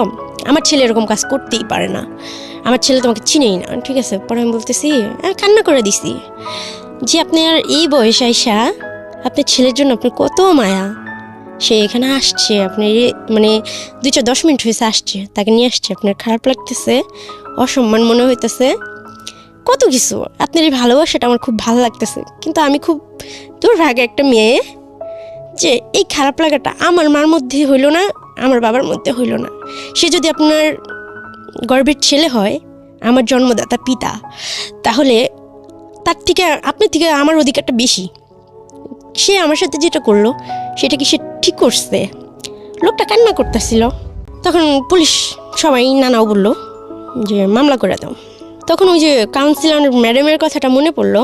আর তাছাড়া ওই মুহূর্তে আমি এটি চিন্তা করছি যে আমার বাবা আমার সাথে এটা করছে, আর উনি আমার বাবা কিনা সেটা তো আমি জানি না। ওনাকে কোনদিন আমি বাবা বলে ডাকিও নাই, সুযোগও পাইনি। যে 10টা বাচ্চা আমাকে মিডিয়ার সামনে নিতে চায়, যে সাংবাদিকদের সামনে একটা, মানে আমরা যে 4 জন আসছি 4 জনকে নিয়েই একটা বোর্ড মিটিং ডাকার জন্য করা হয়, যে এখানে এই আজকে যে লাইফে আসছি আমি, তো এরকম একটা লাইফের আয়োজন করা হয়। বাট সেখানে আমি ওনার নামে মামলাও করি না, আর ওনাকে সসম্মানে আমি ছেড়ে দিই। ওনাকে আমি কিছু বললাম, শুধু এতটুকু বলি, এর থেকে যদি আপনি আমার কিডনি 2টা বিক্রি করে দিতেন তাহলে হয়তো আমি কষ্ট পেতাম না, বা আপনি আমাকে বলতে পারতেন যে মা আমি তোমাকে বিক্রি করে দিতেছি, তো আমি স্বেচ্ছায় চলে যেতাম। পরে ম্যাডাম আমাকে বললো যে লিপা এরকম করো না, ওনাকে শাস্তি দেওয়ার দরকার, তোমার প্রাপ্যটা তোমার বুঝে নেওয়া উচিত। উনি তো এমন লোক না যে তোমাকে তোমার প্রাপ্যটা ফিরাই দিবে। এই যে তোমার এতগুলো বছর নষ্ট হয়ে গেছে, এগুলো কি উনি ফিরাই দিবে? পরে আমি বললাম যাই হোক, সেটা আল্লাহ দেখবে। আল্লাহকে তারপর বলি যে উনি যদি আমার বাবা হয়ে থাকেন, ওনাকে যেন ক্ষমার দৃষ্টিতে দেখেন। আমি তো ওনাকে কখনোই বাবা হিসেবে স্বীকার করতে পারবো না। মানে ওই রাগটা আমার তখন আর ছিল না, এত বছর পরে ফিরার পরে। তারপর উনি চলে গেল, আমাকে পুলিশ টাকাগুলো দিল। তো আমি এতগুলো টাকা, জীবনে টাকা ধুলিনি হাত দিয়া, হাতে পায়ে আমার হাত পা কাঁপা শুরু হয়ে গেছে। সাথে সাথে আমি আমার নানাকে জড়াই ধরলাম, বাট নানা আমাকে জড়াই ধরলো না। তো আমি নানার হাতে দিলাম টাকাগুলো। দেওয়ার পর আমাকে বাসায় নিয়ে গেলাম, খুব খুশি ছিলাম। বাসায় নিয়ে যাওয়ার পর ম্যাডাম আমাকে ডাকলো যে রিপা আসো, তোমাকে লাইভে করবো। আমি চাই যে এই ভুলটার যেন কেউ না করে। বাট ওই মুহূর্তে আমার মনে হচ্ছিল না, আমি মিডিয়ার সামনে ফেস হবো না, আমি জব করবো, আমি নিজের পায়ে নিজে স্টাবলিশ হবো। আমি চাই না আমাকে সবাই এইভাবে চিনুক জানুক, তো আমার কাছে ভালো লাগে নাই। তাছাড়া আমার মনে হয়েছে যে যদি 10টা বাচ্চা শুনে যে একটা 6 বছরের বাচ্চাকে বাবা জোয়ার টেবিলে বিক্রি করে দিতে পারে, তাদের বাবারা যদি নেশা করে, তখন ওই বাচ্চাদের ভিতরে একটা আতঙ্ক হবে যে আমার বাবা তো এরকম করতে পারে। করবে না, তারপরে এটা নিয়ে 1 মিনিটের জন্য যদি ভাবে, সেটাই হবে আমার জন্য খারাপ লাগা। তো সেই জন্যই আমি আমার বাবাকে কারোর সামনে ফেস করলাম না। আর আমি আসলে জানি না যে উনি আমার বাবাকে না। তারপর আমি বাড়িতে গেলাম। পরের দিনই ওইখানে মানিকগঞ্জে তালাসীমা অ্যাপার্টমেন্ট একটা লিমিটেড একটা গার্মেন্টস ফ্যাক্টরি আছে, ওইখানে আমি ঢুকলাম। তারপরের দিনই আমার নানাকে বললাম যেভাবে কাগজপত্র 2,000 টাকা আমি খরচ করি, ওখান থেকে কাগজপত্র এনে আমাকে যেন ওই গার্মেন্টসে ঢুকাই দেওয়ার ব্যবস্থা করা হয়। আমার বেতন ধরলো 6,200 টাকা হেল্পার। তো আমি অনলি 7 দিন ওখানে কাজ করি। একটা মেয়ের সাথে আমার খুব ভালো রিলেশন হয়, মেয়েটা খুব সুন্দর ছিল, মেয়েটার নাম ছিল শারমিন। মেয়েটা ওখানে অপারেটর ছিল, ওর হেল্পার ছিলাম আমি। ও আমাকে কাজ শিখাইতো, প্রতিদিন লাঞ্চ টাইমে মেশিনগুলো ওপেন থাকতো। তো আমি খুবই আগ্রহ নিয়ে 10 থেকে 15 দিনের ভিতরে আমি বারটেক মেশিনের অপারেটর হই। তারপরের মাসে আমার স্যালারি বাইরে যায়। 1 মাসের মতো আমি ওখানে জব করি। তারপরের মাসে হয় মানে মাসের অর্ধেক, তখন আমার বড় আন্টি আবার আসে আমার মামার বাড়িতে। আসার পরে উনি, তার আগে হয় কি যে আমার খালাতো ভাই আছে, ও আমাকে ডাকে একটা কথা বলার জন্য। তো বাসার সবার সামনে ওরা আমার সাথে খুব খারাপ বিহেভ করে, কেন ওরা আব্বু আম্মু এটা পছন্দ করে না, আমার মামা মামিরা পছন্দ করে না তাদের বাচ্চা আমার সাথে মিশুক। বাট ও আমার সাথে বাইরে দেখা করে, ফোন করে, পরে বলে যে আপু তোমাকে আমাকে একটা কথা বলার আছে। তুমি তো জানো তোমার মা মারা গেছে, কিন্তু তোমার মা না মারা যায়নি। আমাদের বড় আন্টি আছে না, উনি তোমার মা হয়। তুমি যখন হারাই গেছিলা, খোঁজখবর ছিল না, তখন উনি অনেক কান্না করছে। উনি বলছে যে আমার ছেলেটাও মরে গেল অকালে, আমার মেয়েটাও এইভাবে হারাই গেল তোমাদের জন্য, আমার মেয়েটাকে দেখে রাখতে পারলা না, এইভাবে কান্না করছে। এটা আমি শুনছি। কি বলেন? হ্যাঁ। তো যে আম্মু আমার কাছে আমার 4 বছর বয়সে আমার জ্ঞান অনুসারে মানে মারা গেছে সুইসাইড করা, সে আমার কাছে 2015 সালে আবারও ফিরে আসলো। বাট সে আমার মা হিসেবে ফিরে আসে নাই। দাঁড়ান একটু পজ নিচ্ছি, কজ ওভারলোডেড হয়ে যাচ্ছে আসলে। মানে আমি অনেক দিন পরে এরকম স্পিচলেস অবস্থায় কোনো স্টোরি আমি শুনছি যেখানে আমার ইন্টারাকশন জিরো। আমি কথা বলতেই চাই না, কারণ আমি আপনাদের এই ফ্লোটা নষ্ট করতে চাই না, কিন্তু আমার একটা কোয়েরি, যেটা আমার মনে হয় আমার লিসনারদেরও কোয়েরি, সেটা হলো যে আপনাকে বলা হয়েছে আপনার মা সুইসাইড করে মারা গেছে, আবার বাবার প্রেজেন্সও ছিল এখানে। এতদিন পরে আপনি যেটা জানলেন যে আপনার বড় আন্টি যে পরিচয়টা দেয় সে হচ্ছে আপনার মা, এটা আপনাকে বললো আপনার কাজিন? না, আমার খালাতো ভাই। ও তো কাজিনই হয়। তাহলে খালাতো ভাই আপনাকে বললো, তারপরে আপনি এটাকে সত্য না মিথ্যা আপনি যাচাই করেননি বিষয়টা? 100%। কি করলেন আপনি? স্টেপ বাই স্টেপ জান প্লিজ। আমি আমার নানার সাথে কথা বললাম যে নানা উনি কি আমার মা হয়? বলতেছে না, এইসব কথা তোমাকে কে বলছে? তো আমি অনেক খুশি ছিলাম, ওনার কথা মনে করলে আমার সত্যি খুব খুশি লাগে। তো আমার মা এত সুন্দর, উনি আমার মা, মানে এরকম ভাবতেছে। আপনি বড় আন্টি হিসেবে জানেন? হ্যাঁ, ওনার একটা ছেলে আছে, তো ওনার ছেলের নাম হচ্ছে রাফি। ওনার বিয়ে হয়েছে খুব ভালো পরিবারে, তো সেখানে নাকি বলা হয়েছিল যে সে আনম্যারিড, আর আমরা যে তার হাজব্যান্ড অনেক ভালো, যার কারণে একটা ছেলে অবশ্যই তো বুঝতে পারে যে একটা মহিলার যদি 2টা বাচ্চা হয় সে অবশ্যই বিয়ের পর বুঝতে পারবে, যতই সে তাকে বলা হোক আনম্যারিড। বাট সে অনেক সুন্দরী ছিল, শিক্ষিত ছিল। আর আমাকে হয়তো জানি না এইসব বিষয়, তাদের ঘরের বিষয় কি কথা হয়েছে, কি হয়েছে না হয়েছে, বা সে আসলেই কতটা ফেস করছে আমি আসলে জানি না। তাই তার সম্বন্ধে আমার কখনো রাগ ঘর কোনো প্রশ্ন আসে নাই একটা দিক থেকে, যে যেভাবেই হোক তার বাবা মারটা খাইছি পড়ছি, বা আমরা 2টা ভাই বোনে তার বাবা মার কাছে ছিলাম। আমার যে দাদা দাদির যেটা করার ছিল সেটা সে করে না। আমার বাবার প্রতি আমার অনেক অভিযোগ ছিল, কিন্তু আমার মার প্রতি আমার কোনো দোষ দেওয়ার ছিল না। যে সে স্বীকৃতি না দিলেও তার বাবা মাই তো আমাকে পরিচয় দিছে বা রাখছে। একটা মুরগির বাচ্চা পালাও অনেক কষ্ট, সেই ক্ষেত্রে একটা মানুষের বাচ্চা পালা যে কত কষ্ট, আর 2.5 মাস বয়স থেকে, সেটা আমি মিন করতাম। আমি সবসময় সব কিছু নিয়ে অনেক ভাবি, তো এসব ভাইবা আমি কিছু বলিনি না। কিন্তু আপনাকে তো সামহাও ফাইন্ড আউট করতে হবে যে রিজনটা আসলে কি ছিল, বা আপনার বড় আন্টিকে হলেও তো আপনার কোশ্চেন করার কথা, আপনি কি করলেন? হ্যাঁ, তো আমি কোশ্চিন করব কি, উনি যেদিন আসছে ওই দিন রাতের বেলা আমাকে রুমে ডাকছে। তো আমি ভাবছি ওই যে ভাইয়া বলছে অনেক কান্না করছিল, দেখো রিপা তুমি তো, আমি ভাবছি আমাকে মেয়ে হিসেবেই বলবে। তো তখন ওনার সাথে যে আমি আপনি করে বা কিছু প্রশ্ন করব এসব সাহস আমি পাইতেছি না। তো আমি ভাবছি আমাকে বুকে জড়ায় ধরবে, আমাকে ধরে হয়তো কান্না করবে, বা আমাকে বলবে যে যা হয়েছে হয়েছে। কিন্তু উনি তার বিপরীতই বলল। উনি বললো যে দেখো, আমার ভাইয়েদের একটা সম্মান আছে, তাদের 2টা মেয়ে আছে, ছোট ভাইয়ের একটা ছেলে আছে, তাদের ভবিষ্যৎ আছে। তুমি কলকাতায় ছিলা, তোমার বাবা তোমার সাথে যেটা করছে, এখন অতীত নিয়ে তো ভাইবা লাভ নাই। তবে তুমি একটা কাজ করো, আমার কথা শোনো। তবে আমার ইচ্ছা ছিল আমার মার খুশির জন্য আমি সব করতে পারবো। আর আমার মা, আমি এটা জানতে পারছি যে আমার মার নামটাই আমি জানতাম না, সেখানে জানতে পারছি আমার মা। আমার খুব ইচ্ছা করতেছিল যে আমার মাকে আমি জড়ায় ধরবো, আমার অধিকার আছে, বাট আমি সেই সাহস কখনোই পাইনি। তো উনি কথা বলতেছিল, আমি খুব মন দিয়ে ওনাকে শুধু দেখতেছিলাম আর শুনতেছিলাম।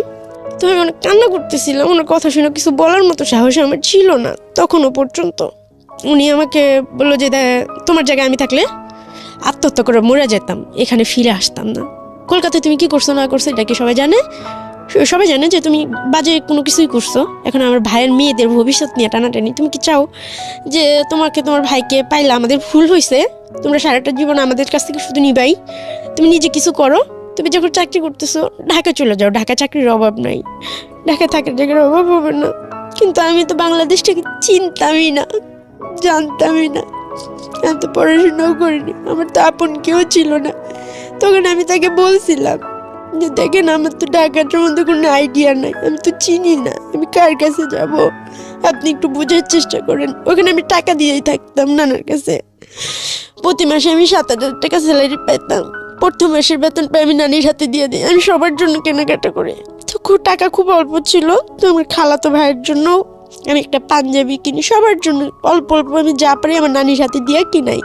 তো সবাই কম বেশি নিলেও, তো ওনাকে আমি সব কিছু অনেক রিকোয়েস্ট করে বললাম যে দেখেন উনি যদি আমার বাবা হয় আর উনি আমার সাথে যা করছে তারপর ওনার কাছে তো ফিরে যাওয়া আমার পক্ষে কি ভয়ানক, উনি তো আবার এরকম করতে পারে, আপনি কেন বুঝেন না? পরে উনি কিছুতেই আমার কথা শুনতেছিল না। তখন ওনার সাথে আমি খুব রাগ বিহেভ করি যে আমি কিন্তু সত্যিটা জানি, আপনার গর্ভে থেকে আমি হইছি না, আপনি হয় আমাকে বিষ খাওয়া মেরা ফেলান, নাহলে আপনার গর্ভে আমাকে আবার নিয়ে নেন, আপনার পেটের মধ্যে ঢুকে যাবো, আমি আপনাকে মেরে ফেলবো, এরকম ধরনের কথা বলি। তারপরে আমি অনেক কান্না করে উনি রুম থেকে বেরিয়ে যাবো, বলে যে দেখো আমি এটাই চাই তুমি ঢাকা চলে যাও, আর যদি কখনো নিজের পায়ে দাঁড়াতে পারো তখন আমাদের সাথে যোগাযোগ করবে, আমরা ভালো একটা ছেলে দেখে বিয়ে দিয়ে দেবো, তার আগে তুমি আসবে না। তখন আমি বলছি যে আপনি যে আমার মা এটা আপনি স্বীকার করেন না। বুঝতেছো তুমি কি করে ভাবো এটা, তোমাকে তুমি নিজের দিকে তাকায় দেখো তো, তুমি আমার মেয়ে, আমার শুধু একটা ছেলেই আছে, আমার কোনো মেয়ে নেই। আর তোমার মা আমি কেন হবো? তোমার ভাই আমাদের বাসায় কাজ করতো, তোমার ভাইয়া তোমাকে কই থেকে নিয়ে আসছে আমরা কিছু জানি না। তো তখন আর আমার কিছু বলার ছিল না। আর মা যেখানে উনি স্বীকার নাও করতে পারে, তারপরে চেহারা সব কিছু মিলা, মানে বিষয়টা কি, মানে আপনার চেহারার দিকে তাকানো, আপনি দেখতে কালো আর আপনার মা সুন্দর ছিল, বিষয়টা কিরকম? এই কারণেই মানে আরেকটা কনফিউশন আমার এখানে তৈরি হয়েছে, সেটা হচ্ছে যে যেটার বলা হলো যে সুইসাইড করেছে আপনার মা, আপনার বাবা কাজের লোককে বিয়ে করেছিল যে কারণে সে ওখান থেকে সুইসাইড করে, তাহলে ডিভোর্সটা হয়েছে তাদের সাথে কি কারণে? এটার এক্সাক্ট রিজনটা কি ওইটাই ছিল? ডিভোর্সটা হয়েছে হচ্ছে ওই যে কাজের মহিলাকে বিয়ে করছে আর সে সুইসাইড করে নাই। আর এই কথাটা আমাদের এই জন্য বলা হয়েছিল যে তার যে আবার বিয়ে হয়েছে, তারা তো মাঝে মাঝে আসে, বছরে একবার 6 মাস পরে একবার বাপের বাড়িতে আসে। তো তার শ্বশুর বাড়ির লোকজন জানতো না তার 2টা সন্তান আছে, তার বিয়ে হয়েছিল, যে কারণে পুরো বিষয়টা কিভাবে ধামাচাপা দেওয়া হয়েছে। হ্যাঁ, আর আমরা জানি যে বাবার কারণে মামারা গেছে, বাবাকে খুব ঘৃণা করতাম, বাবাকে কি ছেলে জাতটাকে ঘৃণা করতাম। তার মানে বিষয়টা এরকম দাঁড়ালো যে আলটিমেটলি আপনার বাবা কোনো এক কাজে মেয়েকে বিয়ে করেছিল, এটা সত্য, এবং সে কারণে আপনার মার সাথে ডিভোর্সটা হয়ে যায়। আর তারপরে তাকে আবার নতুন করে বিয়ে দেওয়া হয়, বিয়ে দিতে গিয়ে আলটিমেটলি আপনাদের দুজনকে পুরোপুরি ধামাচাপা দিয়ে দেওয়া হয়। এবং সেই ধামাচাপার বলি হচ্ছে আপনার বড় ভাই সুইসাইড করে এক সময়, এবং আপনার এই জীবন।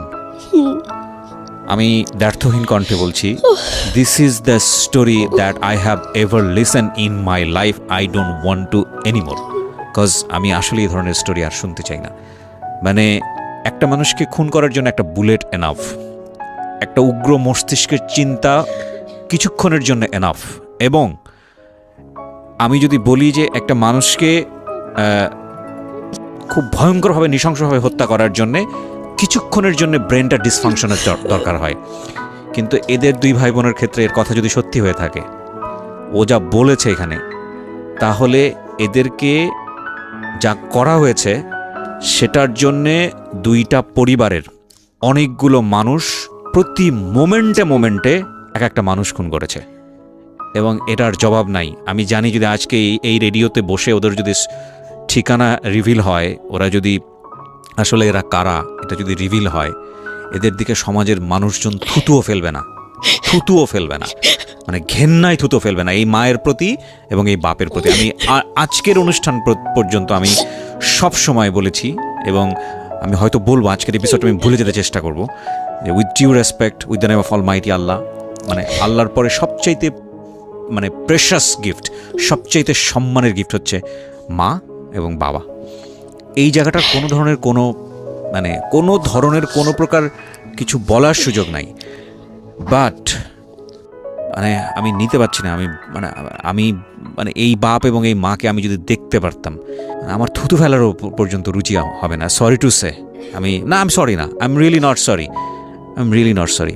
স্টোরিটা কন্টিনিউ করতে দেওয়া উচিত। ওকে প্লিজ বলেন, তারপরে কি হলো?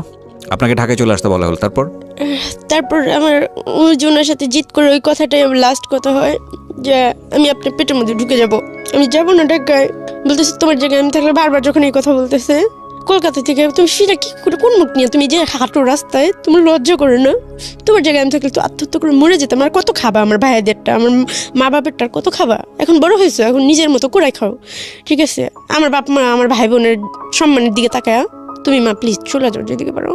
উনি ওকে মা শব্দটা উচ্চারণ করে নেই, সরি। তো আমি এখন নানাকে বললাম, না আপনাকে যে টাকাটা দেওয়া হয়েছে আমি তো কিছু চিনি না, জানি না, আমাকে ওখান থেকে 10,000 টাকা দেন, টাকা দিয়ে হয়তো আমাকে কেউ সাহায্য করবে, হয়তো কেউ রাখবে। উনি বলতেছে না তুমি ঢাকায় যাও, একটা কোনো জায়গায় কারোর সাথে থাকো, আমি তোমাকে পরে যাই দেখে আসবো। বলতেছি আপনি এটা কী বলতেছেন, আমি খালি হাতে কিভাবে বেরোবো, আর আমি রাস্তাঘাট তো কিছু চিনি না। উনি ওকে মাত্র 4,000 টাকা দিলেন। তো ওই মুহূর্তে পাশের বাড়ির একজন লোক, মানে মহিলাটা, উনি আমাকে ছোটোবেলায় খুব আদর করতো। উনি বলতেছে যে দেখো, আমার মামিকে বলতেছে, আমার নানাকে বলতেছে যে ও যাই করে আসছে, ও যদি কেউ হয়, তারপর আমরা সাদা কাগজে বন্ডের সাইন করা ও সমস্ত দায়িত্ব নেব, ওকে আমরা ভালো ছেলে দেখে বিয়ে দিব। কে বলেছে এটা? এটা পাশের বাড়ির। আচ্ছা। ওই আন্টির নাম হচ্ছে সুলতান আন্টি। ওনার মা আমাকে খুব ভালোবাসতো, উনিও আমাকে খুব ভালোবাসতো। ওনার বাবা, মানে ওদের পরিবারটা আমার ভালোবাসতো, মানে এই পাশাপাশি রুম। প্রিয় শ্রোতা, আপনারা শুনছেন প্রাণ মিস্টার ম্যাঙ্গো ক্যান্ডি প্রেজেন্স জীবন গল্প। জীবন গল্পের অতিথির গল্পে আবারও ফিরবো, তার আগে আপনাদেরকে মনে করিয়ে দিচ্ছি, সিচুয়েশন যখন খুব কড়া, মন বসে না কোনো কাজে, তখন মন ঠিক করতে মুখ দিতে পারেন কাঁচা আমের স্বাদে Pran mister mango candy, good mood guaranteed. আমরা ফিরে যাচ্ছি আমাদের অতিথির গল্পে। জি। তারপর ওনাকে বললাম যে দেন আমাকে 10,000 টাকা দেন। তো উনি পুরো 45,000 টাকা আমাকে ছুঁড়ে মারে আমার গায়ের উপরে। তখন আমি ভাবতেছি এত বোকা ছিলাম যে টাকার জন্য আমার নানা আমাকে ভালোবাসবে না, আমার নানা আমার সাথে কথা বলবে না, না না না আমি টাকা নিব না, যা হয় হবে। তখন আমি বললাম ঠিক আছে টাকা আপনার কাছে রেখে দেন। তখন নানা কী করলো, আমাকে রাতটা ওখানে থাকতে দেওয়া হলো। নানা আমাকে শাক ভাজি দিয়ে ভাত নিয়ে আসছে। তো আমার নানি সেটা দেখছে, আমি খাইতে চাইনি। তো আমি অনেক বোঝানোর পরে আমার নানা অনেক মায়া করে কথা বলতেছে। আর আমি ছোটোবেলা থেকে একটু ভালোবাসাই চাইছি, দামি পোশাকও চাইনি, ভালো খাবারও চাইনি।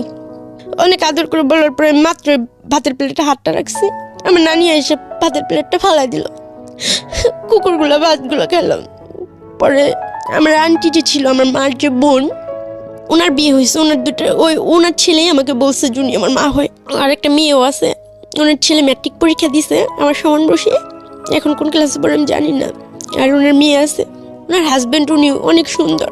উনি হাজব্যান্ড আমার সাথে ছোটোবেলা অনেক রাব বিয়ে পড়তো, তখন আমি বুঝতাম না। তো আমি ওনাকে ফোন দিই যে আন্টি এরকম এরকম আমাকে তো বের করে দিছে, আপনার বাসায় থাকে কি আমি চাকরি করতে পারবো? ওনার বাসার ওখানে গার্মেন্টস আছে। বলছে হ্যাঁ তুমি চলে আসো, সমস্যা নেই, তুই চাকরি করবা, টাকা দিবা, থাকবা, খাবার, সমস্যা কি? দরকার হলে আমি আমার বাসায় না থাকতে পারলে আরেক বাসায় ঠিক করে দেবো। যখন আমরা আঙ্কেলকে ফোন দেওয়া হয়, রাত হয়ে যায়, রাত 8-9 বাজে। আঙ্কেল আমাকে বলতেছে, ওনাকে আমি আব্বু বলে ডাকতাম। আমি এই জন্য আব্বু বলে ডাকতাম, উনি যে স্পর্শ আমাকে করতো আমার খুব বাজে লাগতো। তো ওনাকে আমি বাবা বলে ডাকতাম। তো বলতেছে আব্বু আমি কিন্তু আসতেছি। তো উনি বলতেছে দেখো তুমি সব পাইবা, তোমাকে জামা কিনে দিব, ভালো ড্রেস আপ দেবো, সব দিব, কিন্তু তোমার আমার সাথে থাকতে হবে, আমার সাথে ফিজিক্যাল করতে হবে, আমার যখন ইচ্ছা তখন তোমার সাথে ফিজিক্যাল করতে হবে। আমি বলতেছি আমি আপনাকে বাবা বলে ডাকছি, এটা কীভাবে সম্ভব? এর থেকে তো মরে যাওয়াই ভালো। তো ওনার মনে এতটুকু আমার জন্য দয়া হয় না, ওনারও কিন্তু মেয়ে আছে। উনি বলতেছে এটা না হলে তুমি আমার বাসায় যেতে পারবা না। ভাগ্য কত নিষ্ঠুর হয়ে আমার জন্য দাঁড়াইছিল, এতে আমার কোনো দোষ ছিল?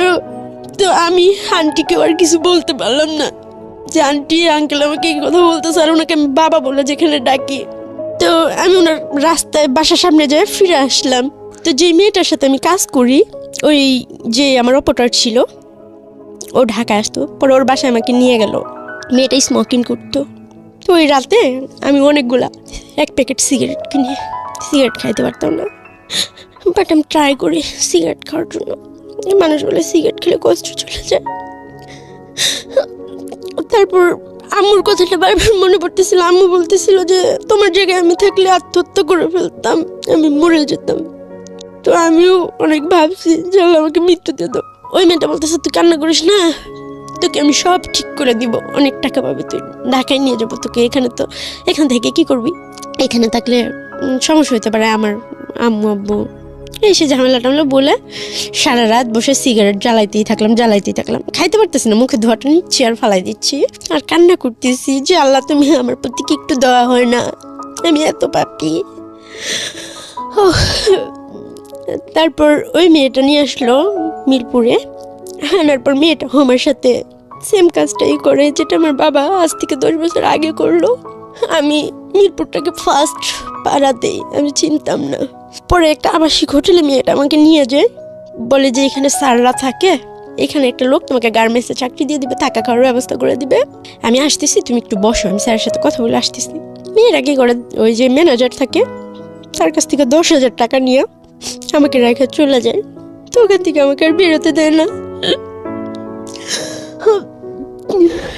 পরে একজন সাংবাদিক আসে, ফার্স্ট আমাকে আমার গায়ে টাচ করে, ওনার হাতে পাতে অনেক কান্নাকাটি করে। সে একজন সাংবাদিক ছিল।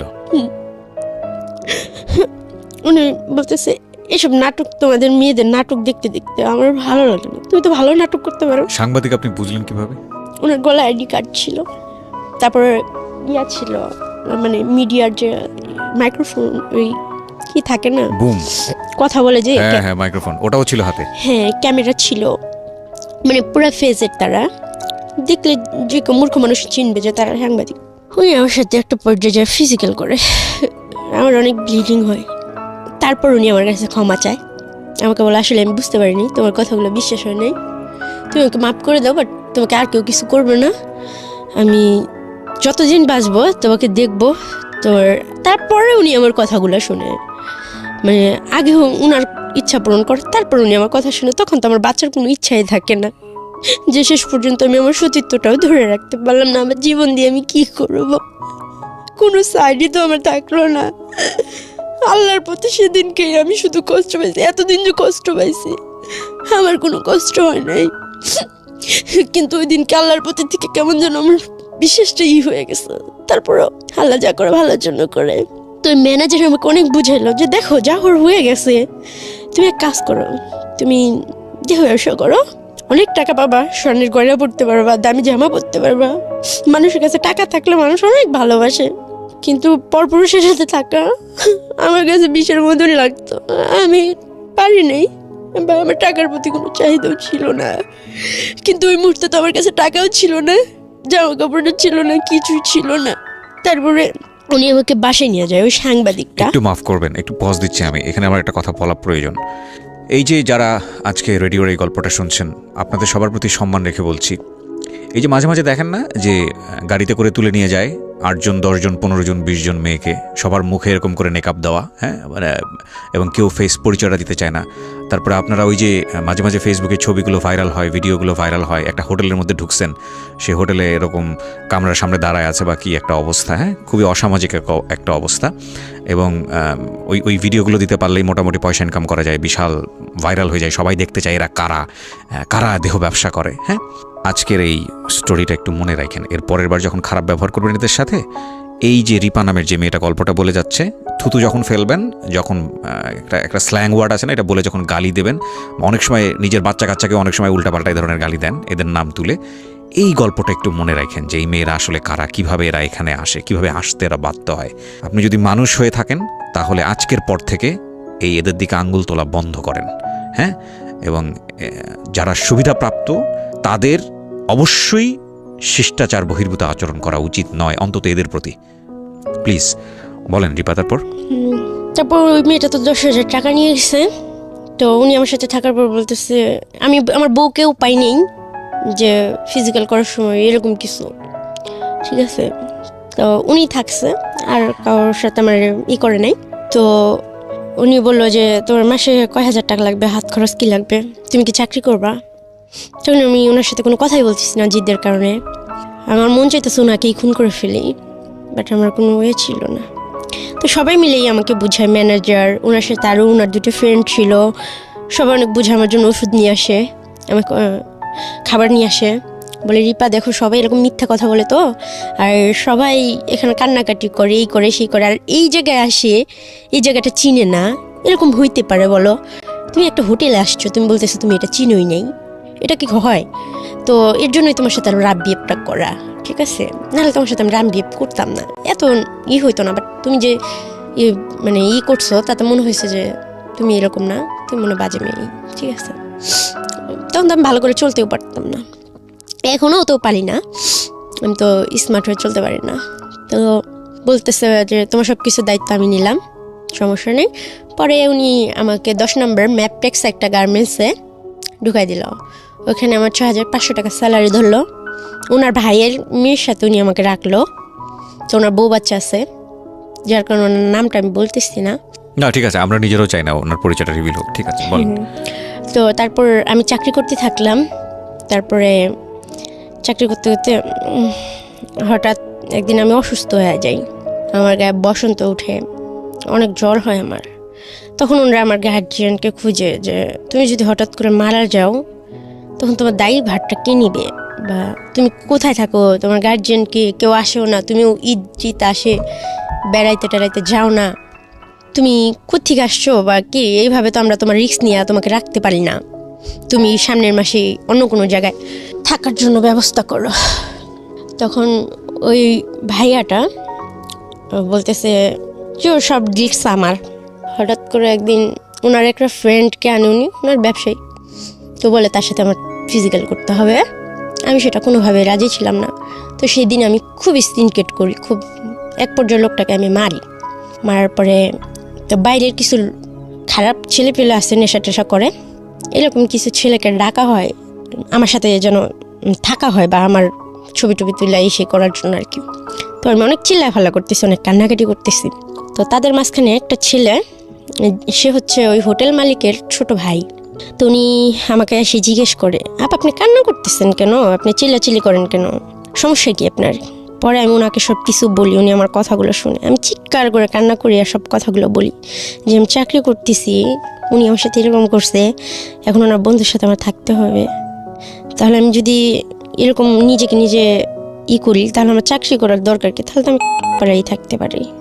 তো উনি বলল যে আপনারা মেয়েরা খুব ড্রামা করতে পারেন, এই ড্রামাগুলো দেখতে দেখতে আমরা অভ্যস্ত হয়ে গেছি ভাই, আর ভালো লাগে না, নতুন কিছু আছে।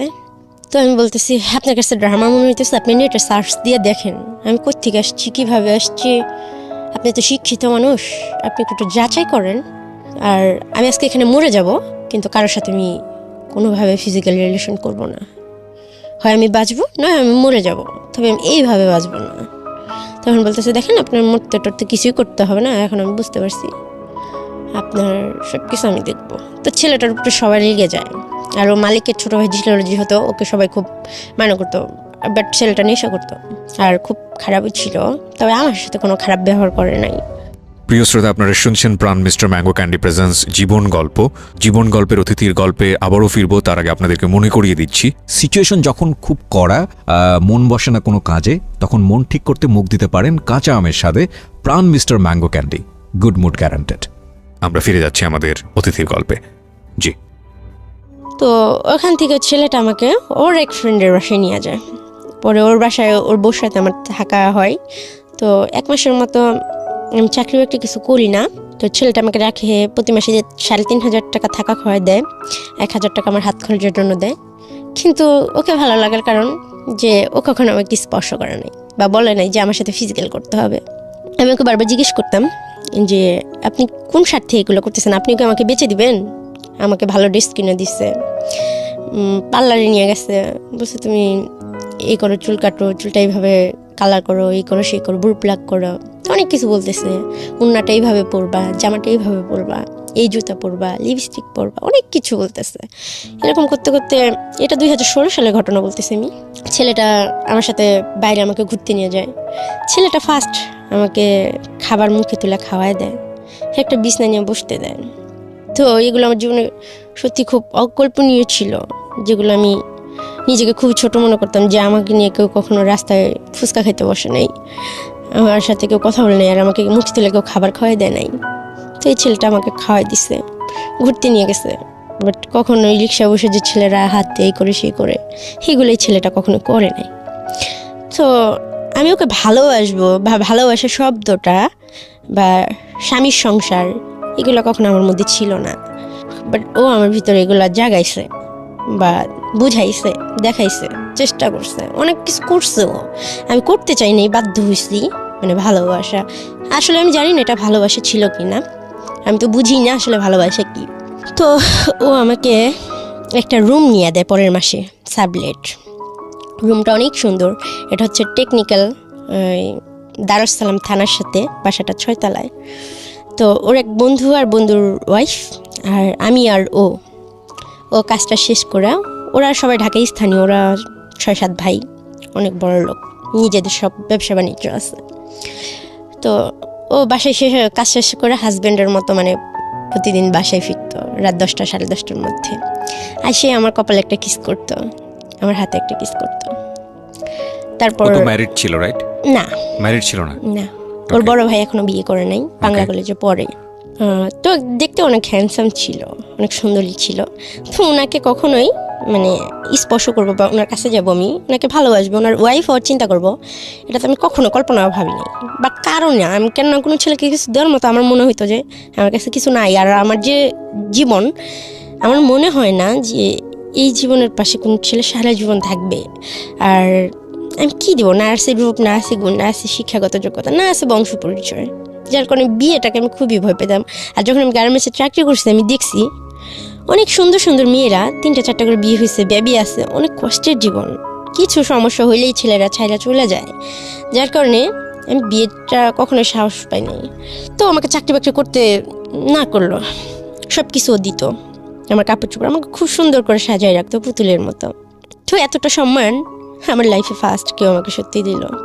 তো এই একটা মাস আমার জীবনে ছিল যে খুব সুখের, খুব আনন্দের। তো ও আমাকে স্পর্শ করতো না, ও বাইরে হয়তো কি করতো না করতে জানি না। তো এরকমভাবে থাকতাম, রান্না বান্না করতাম, প্রতিদিন ওর জুতাটা মুছা পায়ে পরাই দিতাম ও যখন ঘর থেকে বের হইতো। ওর বন্ধুরা আফসোস করতো যে এরকম একটা মেয়ে যদি আমি পাইতাম, ওকে আমি বিয়ে করতাম, সারাটা জীবন আমার কাছে রাখতাম। আজকালকার মেয়েরা জুতো পরাই দেবো পায়ে, মানে এরকম ধরনের কথা বলতো। বন্ধু তুই অনেক ভাগ্যবান রে, মেয়েটা তোকে খুব ভালোবাসে। আমি আসলে ওকে ভালোবাসে না, ওকে শ্রদ্ধা করে এই জিনিসটা করতাম, ভালোবাসাটা আমার মধ্যে কখনো ছিল না। তখন ও আমাকে একদিন বলতেছি, লিপা তুমি কি আমাকে বিয়ে করবা? হ্যাঁ বলতেছি, দেখেন আপনারা এরকম মজা টজা করেন, ঠিক আছে, হ্যাঁ আমাদের মতো মেয়েকে নিয়ে বিয়ে করবেন, আর আমার লাইফটা তো আপনি সবই জানেন। হ্যাঁ আমি ভাই বিয়ে করবো না, আর আপনার সাথে আমি এইভাবে থাকবো না। আমি নিজের পায়ে নিজে দাঁড়াইতে চাই, আমি কিছু করতে চাই, আমার নিজের একটা পরিচয় বানাইতে চাই। তখন বলতেছে, দেখো তোমার কি আমাকে অবিশ্বাস হয়, আমাকে মনে হয় যে খারাপ ছেলে আমি। পরে বলতেছি, এত আদর যত্ন করে আপনি যদি আমার 2 মাস পর বিক্রি করে দেবেন না, তার তো কোনো গ্যারান্টি নাই। পরে বলতেছে, আসলে বিশ্বাস জিনিসটা তোমার ভিতরে মরেই গেছে। তখন ছেলেটা আমাকে প্রতিদিন রাতে একটা করে ছুরা শিখাইতো, আমি নামাজ রোজা পড়তে পারতাম না, তো খুব ভালোবাসতাম। ফজরের নামাজ পড়াইতো, তাহাজ্জুদের নামাজ পড়াইতো, 5 ওয়াক্ত আমাকে নামাজ পড়াইতো ছেলেটা। আল্লাহ তাআলার প্রতি অনেক কথা বলতো, অনেক ধার্মিক টাইপের ছেলে ছিল। বাট সে নেশা করতো, সিগারেট খাইতো, এই করতো সে করতো। আমি প্রচুর সিগারেট খাইতাম, এখনও খাই আমি। তো এরকম করতো। পর ছেলেটার 1-2 মাস, প্রায় 1 বছর হয়ে গেল, 2017 সাল পর্যন্ত আমরা একইভাবে একই ছাদের নিচে ছিলাম। পরে আস্তে আস্তে ওর সাথে আমার ফিজিক্যাল রিলেশন হয়, ও আমাকে খুব আদর করতো। তো ও বলে যে তোমাকে আমি একটা বেবি দেবো, তবে লিপা একটা শর্ত হচ্ছে যে আমি ফ্যামিলিকে একটা বিয়ে করব, তুমি আমার বউ হয়ে সারা জীবন ঢাকায় থাকবা, তোমাকে আলাদা আমি একটা বাড়ি করে দেবো, আর তোমাকে একটা বেবি দিয়ে দেবো, আর একটা পার্লার দিয়ে দেবো, বিউটি পার্লার। আর তোমাকে আমার ফ্যামিলিতে নিতে পারবো না, তুমি যদি একটা ভিক্ষুকের মেয়েও হইতাও আমার মার কাছে নিয়ে আমি তোমাকে রেখে দিতাম, বলতাম যে একটা ভিক্ষুকের মেয়ে। আর আমার হোটেলেই তোমার সাথে যে ঘটনাটা ঘটছে সেটা আমার ফ্যামিলির, আমার বড় ভাই, কোনো ভাই বলে মানিয়ে নেবো না যে এমন একটা মেয়ে আমার লাইফ পার্টনার হবে। তো সেটা বোঝার মতোই যে হ্যাঁ সত্যি। তো ছেলেটা আমার জন্য এত কিছু করতো, বা কখনো আমার টর্চার করতো না, কখনো মানসিকভাবে আমার খুশিটা দেখার চেষ্টা করতো। তাই আমি আস্তে আস্তে হয়তো বিশ্বাস করি, ভাবি যে ছেলেটা হয়তো আমার পাশে থাকবে। এরকম করতে করতে 2017 সাল পর্যন্ত আমরা একসাথে থাকি। অনেকেই ভালোবাসি ছেলেটা। তো প্রত্যেকটা মেয়েকে ছেলেরা গোলাপ ফুল দেয়। তো আমার জীবনেও খুবই ছিল যে আমাকে যদি সত্যি কেউ ভালোবাসে আমাকে একটা গোলাপ ফুল দিবে, আমাকে যদি কেউ দিত। আমি এতটাই খারাপ দেখতে, আমাকে কোনো ছেলে গোলাপ ফুল দিল না, আমার খুব দুঃখ ছিল। তো একদিন পয়লা বৈশাখের দিন ও হঠাৎ করেই এক ছোটো কানের দুল নিয়ে আসছে আর একটা গোলাপ ফুল নিয়ে আসছে। আয়শা ও অন্যদিকে হাসতেছে আর ফুলটা আমাকে দিছে।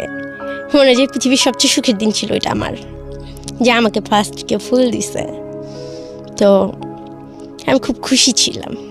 আমি ভাবছিলাম সত্যি ও আমাকে বউ হিসাবে হয়তোই করতেছে, বা আমি হয়তো ওর বউ হয়ে থাকতে পারবো সারা জীবন, বা সারা জীবন ও হয়তো আমাকে দেখবে। কিন্তু সেটা কল্পনাই ছিল আমার, আর কিছু না। তো এরকম করতে হঠাৎ করে আমার পেটে বেবি চলে আসে। তো আমি বলি আমি বেবিটা নষ্ট করবো না। ও বলে, দেখো রে পায়, এখন তো বেবি নেওয়ার সময় হয় নাই, বেবিটা তুমি নষ্ট করে দাও। কিছুতে আমি কথাটা শুনি না। তারপরে বেবিটা নষ্ট করে দেওয়া হয় ওষুধ খাওয়া। তো আমার অনেক ব্লিডিং হয়, আবার আমার জ্বর টর আসে। তো আমার ফ্যামিলিকে খোঁজার চেষ্টা করে, বলে তোমার ফ্যামিলির সাথে যেভাবেই হোক আমি তোমার দেখি ফ্যামিলির সাথে অ্যাডজাস্ট করা দিতে পারি কিনা, তুমি আমার কথা শুনবা কিনা। তো একটা ছেলে আমার জন্য এত কিছু করতেছে, আজকে সেই 2015 সাল থেকে 16-17 পার হয়ে গেল, এত কিছু করতেছে, ছেলের কথাটা শোনা উচিত। তাছাড়া আমার ফ্যামিলিকে আমি অনেক মিস করি, ভালোবাসি, চাই তাদেরকে পেতে আমি। তো আমি আমার নানার বাড়িতে, ও আমাকে অনেকগুলো টাকা দিল, 8,000 টাকা দিল, অনেকগুলো কেনাকাটা কইরা আমি বাড়িতে গেলাম মামার বাড়িতে। যা বললাম যে আমার বিয়ে হয়েছে, খুব বড় লোক ছেলে। তখন আমাকে সবাই অনেক আদর করলো। বিয়েটা তখন আমার হয় নাই। তো মিথ্যা বলে আমি দেখি যে আমি সবার কাছ থেকে অনেক ভালোবাসা পাইলাম, কিন্তু আমার খুব কান্না পাচ্ছিল যে আজকে শুনছে যে আমার হাজব্যান্ড অনেক বড় লোক, বা আমার কাছে এখন টাকা আছে, আমি ভালো একটা জামা পরে আসছি, ভালো একটা জুতা পরে আসছি। এর জন্য আমার যে মামিরা কখনো মানে আমার দিকে তাকাতো না, তারা বেডে আমাকে বসতে দিছে। আমি তো অবাক, কিন্তু ওই বেডে আর আমি বসি নাই। আর নানি আমার জন্য খাবার নিয়ে আসছে, কিন্তু আমার সেই দিনের কথা মনে পড়ে গেছে যে লাস্ট যেদিন আমি বের হই আমার খাবারটা আমার নানি নিয়ে ফালাই দিছিল। বাট সেদিনকে আমার নানি আমার জন্য মাংস দিয়ে ভাত নিয়ে এসে বলতেছে আমি তোমাকে খাওয়াই দিই মা। নানি মানে অনেক আদর করে বলতেছে। বাট আমি বললাম যে না, আমি রোজা রাখছি, আমি খাবো না।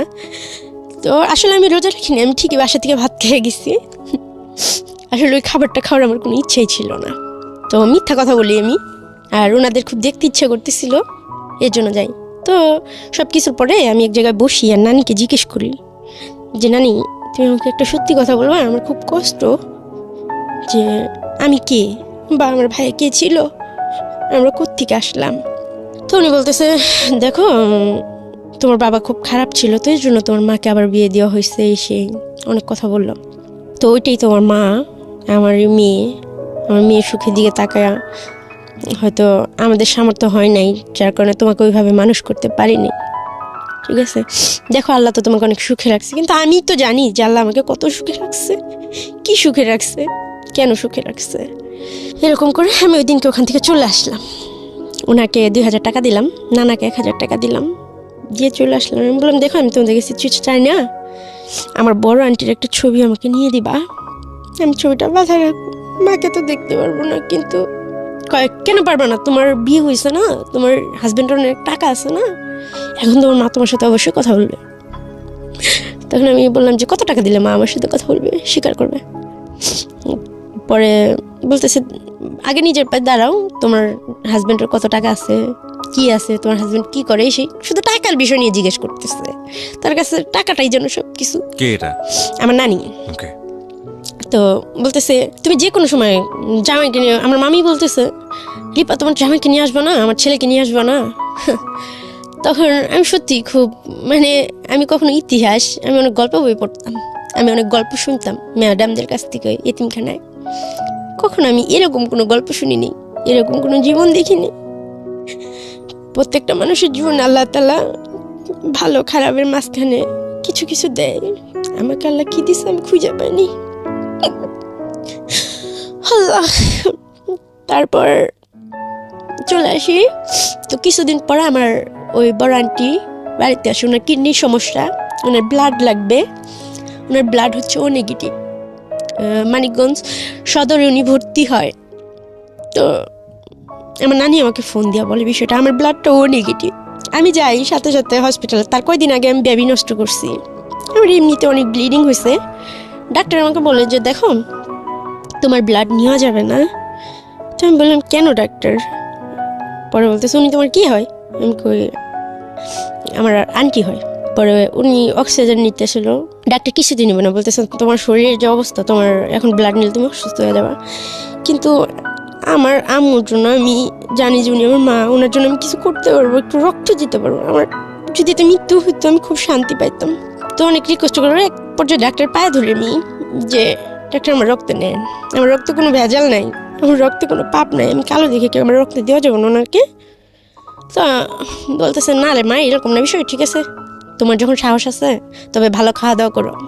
বললাম ঠিক আছে। তো ওনাকে রক্ত দিছি। উনি যখন জানতে পারছে উনি হাত থেকে স্যালাইনের ইটি খুলে ফেলছে, ছিটা ভিটা।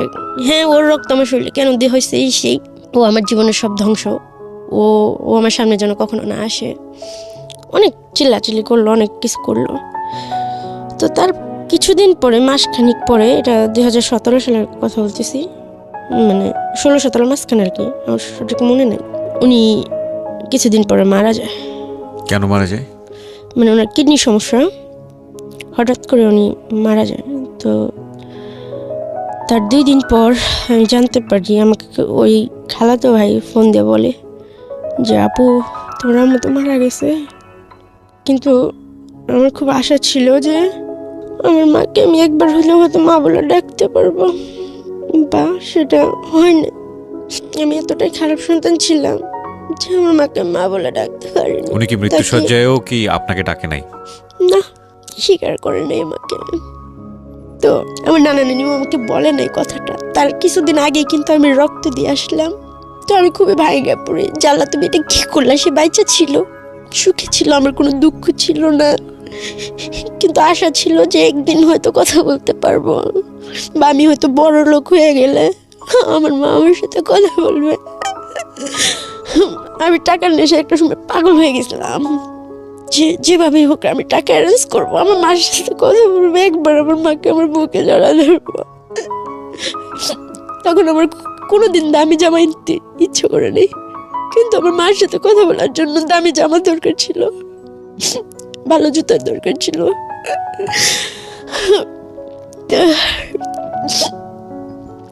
সেটা ওর কাছে ছিল না। তো জানি না সে কেন এমন করছে, আল্লাহ তাকে ভেস্তে নসিব করুক।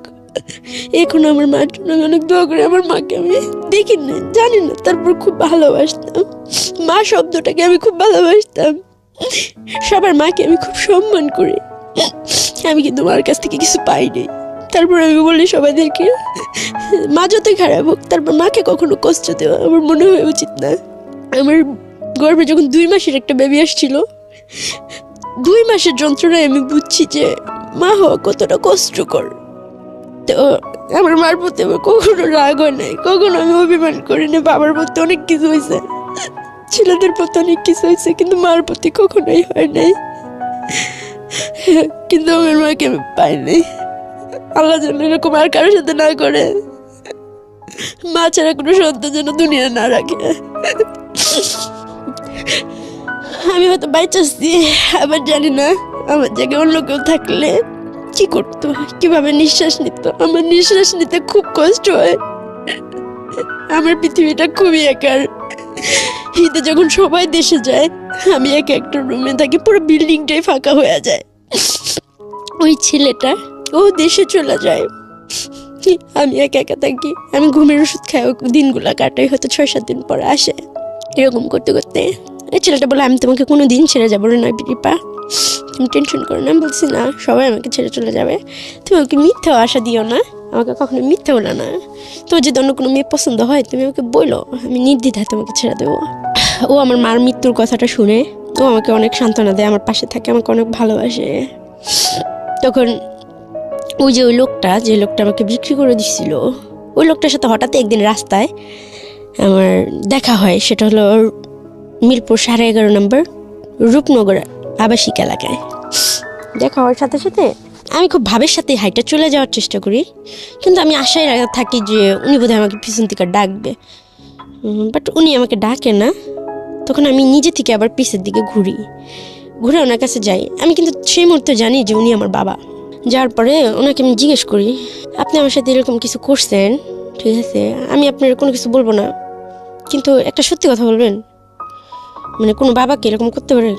তখন লোকটা কান্না করে দিয়ে বলতেছে যে দেখো, কোনো বাবা এরকম করতে পারে কিনা জানি না, তবে আমি তো তোমার বাবাই না। তারপর বললো যে তোমার যে আঙ্কেল ছিল, তোমার যে নানা ছিল, তোমাকে আমার কাছে দিয়ে আমার কাছ থেকে 15,000 টাকা নিয়ে গেছিল।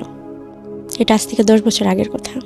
আমার কোনো কিছু করার ছিল না, আর আমি জুয়াটা খেলতাম, আমাকে তুমি মাফ করে দিও। আমি বুঝিনি, একটু থামাচ্ছি। হ্যাঁ রিপা, আমি কনফিউজ হয়ে যাচ্ছি। কে দিয়ে গেছে ওনাকে? আমার আঙ্কেল আর আমার নানা। আঙ্কেল বলতে? মানে ওই আঙ্কেলটার কথা বলতেছি, ওই যে আমার ওই আন্টির হাজবেন্ড, আমার বড় আন্টির হাজবেন্ড, ছোট আন্টির হাজবেন্ড, ছোট আন্টির হাজবেন্ড এবং আমার নানা, এই দুজনে মিলে এই লোকের কাছে দিয়ে গেছে। অবশ্যই তারাই দিয়ে গেছিল যে এটাই তোমার বাবা, আজ থেকে তুমি তোমার বাবার কাছে থাকবা। বাট এখানে যে টাকার বিষয়টা হয়েছে সেটা আমি জানতাম না। সে ওই যে প্রথমবার দিয়ে গেল তোমাকে, মানে বিক্রি করে দেওয়ার আগ মুহূর্ত পর্যন্ত। তার মানে সে তোমার বাবা ছিল না, এবং ওই বিক্রিটা আলটিমেটলি ওনার কাছে করেছিল। তাহলে আলটিমেটলি বাবাকে জানি না, আজও জানি না। প্রিয় শ্রোতা, আপনারা শুনছেন প্রাণ মিস্টার ম্যাঙ্গো ক্যান্ডি প্রেজেন্স জীবন গল্প। জীবন গল্পের অতিথির গল্পে আবারও ফিরবো, তার আগে আপনাদেরকে মনে করিয়ে দিচ্ছি, সিচুয়েশন যখন খুব কড়া, মন বসে না কোনো কাজে, তখন মন ঠিক করতে মুখ দিতে পারেন কাঁচা আমের স্বাদে Pran mister mango candy, good mood guaranteed. আমরা ফিরে যাচ্ছি আমাদের অতিথির গল্পে। জি। তারপর উনি আমাকে যখন এই কথা বললো, আমি বলতেছি এটা কি বলতেছেন আপনি? তোমার মা বলতে পারবে তোমার বাবাকে, আর এখানে আমার তো কোনো দোষ ছিল না। তুমি তোমার নানা নানির যা জিজ্ঞেস করো যে তারা নিছিল কেন টাকাটা, ঠিক আছে? আমার তো কোনো দোষ ছিল না। তো তোমার কথা শুই না, তুমি এতগুলো বছর এখানে কাটাইছো, আমার খুব কষ্ট হয়েছে, যে আমি নিজের অপরাধ বোধই মনে করছি, আমাকে তুমি মাফ করে দিও। তখন কথাটা বললো, উনি আমার মাথায় হাত দিয়ে বললো, মা তুমি একদিন অনেক সুখী হবা। বলে চলে গেল। তো আমার ভাই আপনার কাছে মানে আপনার গল্পগুলো তো আমি শুনি, আমার বিশ্বাস করেন মানে এই কথাগুলো তো কাউকে বলা যায় না, আর আমাকে দেখলে কেউ বিশ্বাস করে না। আমাকে কেউ যখন জিজ্ঞেস করে তোর কি আছে, আমি বলতে পারি না যে আমার কেউ আছে। আর তখন অনেক অনেক ধরনের কথা বলে যে সবাই আছে। একদিন একটা জায়গায় অফিসে জব নিতে গেছি, বলতেছে যে তোমার ফ্যামিলি থেকে কে আছে, আমি বলতেছি কেউ নাই। তখন বলতেছে নিশ্চয় কোনো খারাপ কাজের সাথে যুক্ত হয়েছে, ফ্যামিলি ফালাই দিচ্ছে। তখন আমি কিছু বলতে পারি।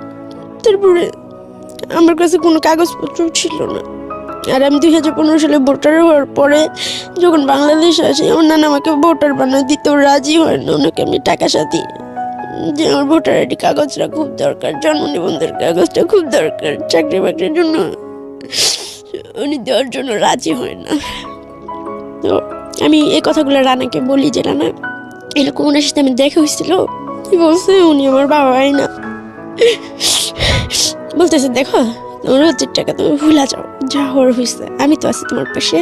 এরকম করতে করতে লাস্ট পর্যায়ে যেটা হয়,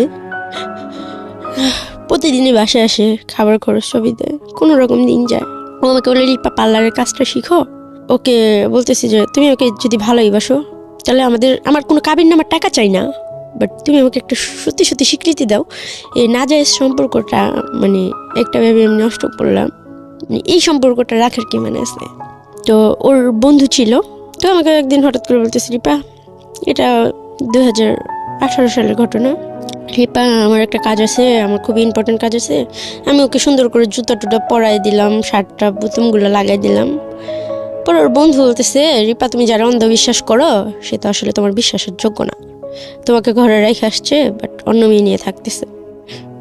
তখন আমি ওর বন্ধুর বাসায় যাই রাত 1টার সময়, হাইটা যা দেখি মেয়েটা ওর কোলের পা দিয়ে রাখছে, ওখানে বিয়ার টিয়ার সিগারেট অনেক কিছু রাখা আছে, আর ওর ফোনগুলো বন্ধ, আর একটা ফোন ওই মেয়ের হাতে।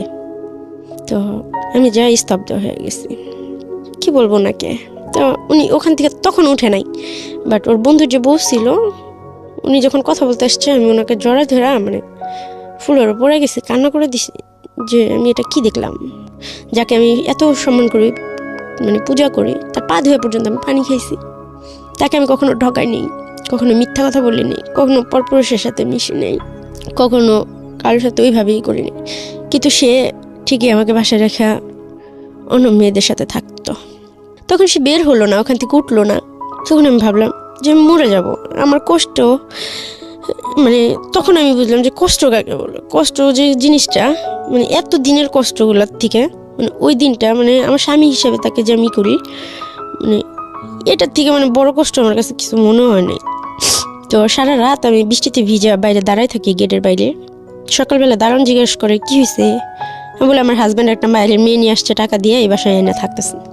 তো আমাকে মারতে মারতে বাসায় নিয়ে আসে, আসার পরে বলে তোর সাথে আমার সম্পর্ক শেষ, তুই এবার যা মন চাই তুই তাই করগা, তুই আর আমার কোনদিন ফোন টোন দিবি না, আমার কাছে আসার চেষ্টা করবি না। ওরা বলতেছি যে আমাকে তুমি মাফ করে দাও, আমি আসলে সহ্য করতে পারি নাই, আমার ভুল হয়ে গেছে। বাট তুমি আমার মিথ্যা স্বপ্ন কেন দেখেছো, আমি তোমাকে কি সুখটা দিতে পারি নাই, যার কারণে তুমি টাকা দিয়ে মেয়ের কাছে যা থাকো, তুমি তার সাথে থাকতেছো, আমাকে বললো কাজে আছে। এরকম করতে করতে আমার সাথে ওর সাথে একটা দূরত্ব তখন থেকে সৃষ্টি হয়, আমার বিশ্বাসটা ভেঙে যায়। তো তখন যখন ও নেক্সট আমার গায়ে হাত দেয় আমার কাছে বিষের মতো লাগে যে এই হাত দিয়ে অন্য একটা মেয়েকে স্পর্শ করছে, আমি ওর সাথে থাকবো না। এরকম করতে করতে মারামারি, ও আমাকে মারতে শুরু করে, আমার সাথে বাজে বাজে কথা বলে, তুই তো এই ছিলি সেই ছিলি, তোর সাথে এত ঘটনা ঘটছে, তোর বাপ মা নাই, বংশ পরিচয় নাই, তোর মতো মেয়েকেই আমার বউ হইতে পারে। আমি বলছি এই স্বপ্ন তো আমি কখনো দেখিও নেই, আমি তোকে বলিও নাই, তুই বলছিলি, আমি তোকে বলছি। তো লাস্টে একটা মেয়ের সাথে ওর পরিচয় হয়, ওই মেয়েটার জন্য ও আমাকে শ্যামলের রিহাব সেন্টারে দিয়ে আসে। 4টা মাস এখানে পাগলা করতে টাকা দিয়া আমাকে অ্যাডিক্ট বলে রেখে আসে, বন্দি করে রাখে জেলখানার মতো। জেলখানা তো ভালো, বাইরের আলো বাতাস দেখা যায়। ওই মেয়ের সাথে প্রেম করার জন্য মানে ওর আউট অনেক মেয়ে ছিল, ওরাও বলতো যে এটা আমার ভালো লাগে, এটা আমার পেশা, ঠিক আছে। তো আমার আর কিছু বলার ছিল না। তো অন্য মেয়েদের সাথে থাকার জন্য যে আমাকে 4 মাস বন্দি করে রাখছে, এই কষ্টটা আমি সহ্য করতে পারি নাই। বন্দি করে রাখার পর আমি দেখতেছি আমার সাজানো সংসারটার মধ্যে আমার বেডরুমে আমি বাইরে দাঁড়া রয়েছি, আমার সামনে ওই মেয়েটার সাথে ও ফিজিক্যাল করতেছে। আমি তখন খুব কষ্ট পাইছি, কিন্তু ওকে আমি খুব ভালোবেসে ফেলেছি। আমি জানি না যে ভালোবাসা কিনা, তবে ওর জন্য আমার খুব খারাপ লাগে, ওর সাথে কথা বলতে ইচ্ছে করে, ওর কাছে যাইতে ইচ্ছে করে। তো ওই মেয়েটাকে নিয়ে থাকে, বলে ওর সাথে আমার টাকার লেনদেন আসতে, রিপা তোমার জন্য আমি অনেক করছি, বাট এখন তুমি আমার মুক্তি দাও। একটু থামাচ্ছি দীপা, সরি, আমি আসলে গল্পের মধ্যে ইন্টারাপ্ট করতে চাইছি না, কিন্তু আমার কোয়েরি আছে। আমি গেসই করছিলাম যে সম্পর্কটা এরকম একটা জায়গায় যেতে পারে, কিন্তু আপনার বাবা যখন এতক্ষণ পর্যন্ত আমরা যাকে বাবা জেনে এসছি এই লোকটাকে, সে যখন তার বললো যে না তুমি আসলে আমি তোমার বাবা না, তখন তো আপনার অন্তত একটা জায়গায় গিয়ে জিজ্ঞেস করার উচিত ছিল যে আপনার আসলে বাবাটাকে, এবং সেই জায়গাটায় কেবলমাত্র আপনার নানা এবং নানি। আপনি কি জিজ্ঞেস করেছিলেন এরপরে গিয়ে? হ্যাঁ করছিলাম বলতে কি, আমি আসলে ভাইবে দেখলাম বিষয়টা যে সত্যি ওনাকে তো আমি নিজে থেকে চিনতাম না, বা উনি আমাকে নিজে থেকে চিনতো না। ওনার কথাটা তো অতি বাস্তব, যে আমার আঙ্কেল আর আমার নানাই না ওনার হাতে আমাকে দিয়ে গেছিল যে এটা তোমার বাবা। তো দোষ যদি থাকে, অ্যাকচুয়ালি দোষটা কিন্তু তাদের, মানে অপরাধী কিন্তু আমি তাকে ভাবছি, বাট সে আমার চোখে আঙুল দিয়ে দেখাই দিছে বিষয়টা। তো আমি নানাকে যে জিজ্ঞেস করি, তখন সে আমাকে ডাইরেক্ট বলে যে তোমার ভাইকে আমরা পালন টালন করছি, তোমরা কি আমি জানি না। সেও একই কথা বলে যে আমাদের কাছে কখনো আর আসবে না। সিম টিমটা মানে ফোন নাম্বার যে, সেটা মাঝে মাঝে ফোন দিতাম, সে নাম্বারটা পর্যন্ত চেঞ্জ করে ফেলে আমার নানা নানি। আমাকে এক কথা বলে যে তোমার ভাইয়া হচ্ছে আমাদের বাসায় কাজ করতো, আসলে তোমরা কি আমরা জানি না, ঠিক আছে, আর আমাদের বারবার এইভাবে আসবে না, তাহলে পুলিশে কমপ্লেন করবো।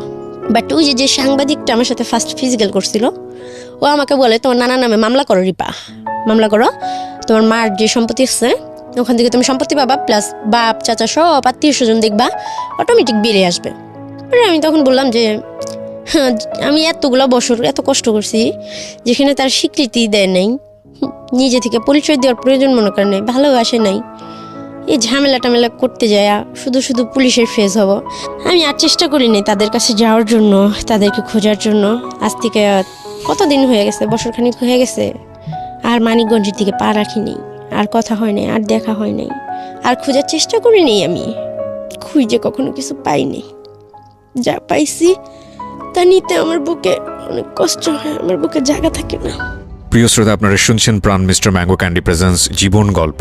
জীবন গল্পের অতিথির গল্পে আবারও ফিরবো, তার আগে আপনাদেরকে মনে করিয়ে দিচ্ছি, সিচুয়েশন যখন খুব কড়া, মন বসে না কোনো কাজে, তখন মন ঠিক করতে মুখ দিতে পারেন কাঁচা আমের স্বাদে Pran mister mango candy, good mood guaranteed. আমরা ফিরে যাচ্ছি আমাদের অতিথির গল্পে। জি, গল্পের যেখানে আপনি ছিলেন, যে আপনি রানার সাথে আপনার সম্পর্কটা খুব খারাপ অবস্থায় চলে গেল, তারপরে আপনি ওকে কুইট করলেন, নাকি ওই জিনিসটা এখন এরকমই আছে? না না, ও হচ্ছে এটা কয়েক মাস আগের ঘটনা, 2018 শেষের দিকে আর কি। আমি বের হই হচ্ছে 9 মাসে বের হই। তো বাসায় না আমাকে রাখে, মানে রিহ্যাব সেন্টার থেকে নিয়ে আসে শ্যামলী থেকে। তো নিয়ে আসার পরে আমাকে রাখে আমার সামনে, আমি পাশের রুমে থাকি, 2 রুমের ফ্ল্যাট, আমি ফ্লোরে থাকি। ওই মেয়েটার সাথে ফিজিক্যাল রিলেশন করে, জোরে জোরে কথা বলে, এগুলো আমার শুনতে হইলো শেষ পর্যন্ত, যেটা আমি কখনো ভাবতেই পারি না একটা অন্য মেয়ের সাথে ওকে আমি দেখতে পারবো, সহ্য করতে পারবো। তো আমি শুধু সিগারেট খাই, সারা রাত সিগারেট খাই। আমি কী করবো, আমি ভাইবা পাই না, মৃত্যু তো আমাকে নেবে না। তো আমি ওর কাছে অনেক কান্নাকাটি করি যে সোহাগ, এরকম কিছু যদি তুমি করো, তাহলে কেন আমার সাথে এরকম করলো, কেন আমার মিথ্যে স্বপ্ন দেখলাম, আমার জীবনটা সম্বন্ধে তুমি তো সব জানতা। যাই হোক, এখন আর অত কষ্ট লাগে না, অত খারাপ লাগে না এখনও। তারপর আমাকে 1000 টাকা দিয়ে বলে তোমার ব্যবস্থা তুমি করো, আজকে থেকে তোমারটা তুমি দেখো, আমি তোমার দায়িত্ব আর নিতে পারবো না। এটা কয়েক মাস, 3 মাস আগের কথা বলতেছি। আচ্ছা, আমি আবার 1000 টাকা নিয়ে ওই ভাইয়াটার কাছে যাই, ওই সাংবাদিক ভাইয়াটার কাছে। ওনার এক ফ্রেন্ডের পরিচিত ছিল, টেকনাপ বলছি যে কী বলো এটা, ঈশ্বরদী, পাবনা ঈশ্বরদী, রূপপুর মোড়ের ওখানে আমি যাই, ওখানে আমি থাকি ওনার ফ্রেন্ডের বাসায়। তো মাসখানিক থাকি, যে ঢাকায় থাকা খাওয়ার ব্যবস্থা হলে, চাকরি বাকরি হলে আমাকে নিয়ে আসবে। তো 10-15 দিন থাকার পরে একটা পার্লারের চাকরি ঠিক করেন, পরে উনি আমাকে নিয়ে আসে, আর ওর সাথে আমার ওখানে শেষ কথা হয়। আর এখন আমি চাকরি করতেছি, একটা পার্লারে জব করছেন। এখন আমি মোটামুটি ভালো আছি। আমার কষ্টটা শুধু এই জায়গায় যে আমার যে লাইফটা, এতগুলো মানুষের সাথে আমি পরিচিত, কিন্তু আসলে আমি কাউকে চিনলাম না। আর আমি কে এটাই আমি জানি না। এটা আমার সবথেকে বড় কষ্ট ভাইয়া। সমাজের জন্য যেটা আপনাদের ভালো ড্রেস আপ ছাড়া রাস্তায় চলা যায় না, কেউ কথা বলে না। ভালো ড্রেস আপ না পড়তে পারলে কোনো রেস্টুরেন্টে যায় বসলে আপ্যায়ন করে না। সুন্দরী না হলে কোনো ছেলে রিলেশন করে না। বাবা মা না থাকলে কোনো ছেলে বিয়ে করে না। মানে কারো বউ হওয়ার জন্য ফ্যামিলি থাকার দরকার, শিক্ষাগত যোগ্যতা থাকার দরকার, বাবা মা থাকার দরকার। আমার বউ হওয়ার শখ নাই, মিটে গেছে। কিন্তু মানুষ হিসেবে ভাইয়া ইদানিং আমি এই বিষয়গুলো নিয়ে না খুব কষ্ট পাই।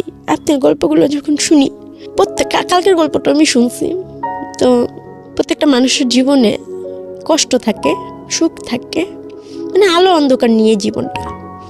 কিন্তু আপনি কি আমাকে একটু বলবেন যে আমার জীবনে রাতের অন্ধকার আছে, দিনের আলো আছে, আল্লাহ আমার জীবনে আলোটা দিছে কোন জায়গায়? এক্স্যাক্টলি। আমি এইখানে এসেই হয়তো গল্পটা, এই প্রশ্নের জায়গাটার জন্যই হয়তো আজকে আপনি জীবন গল্পে এসেছেন। আমি আপনার পুরো গল্পটা শুনেছি, হ্যাঁ, একদম শুরু থেকে শেষ পর্যন্ত। আমার এন্টায়ার মানে রেডিও ক্যারিয়ারে আমি কখনো এত ভয়াবহ গল্প আমি কখনো শুনিনি। আমার মনে আছে আমি বর্ষার জীবন গল্প প্রচার করেছিলাম যখন আমি এবিসি রেডিওতে ছিলাম।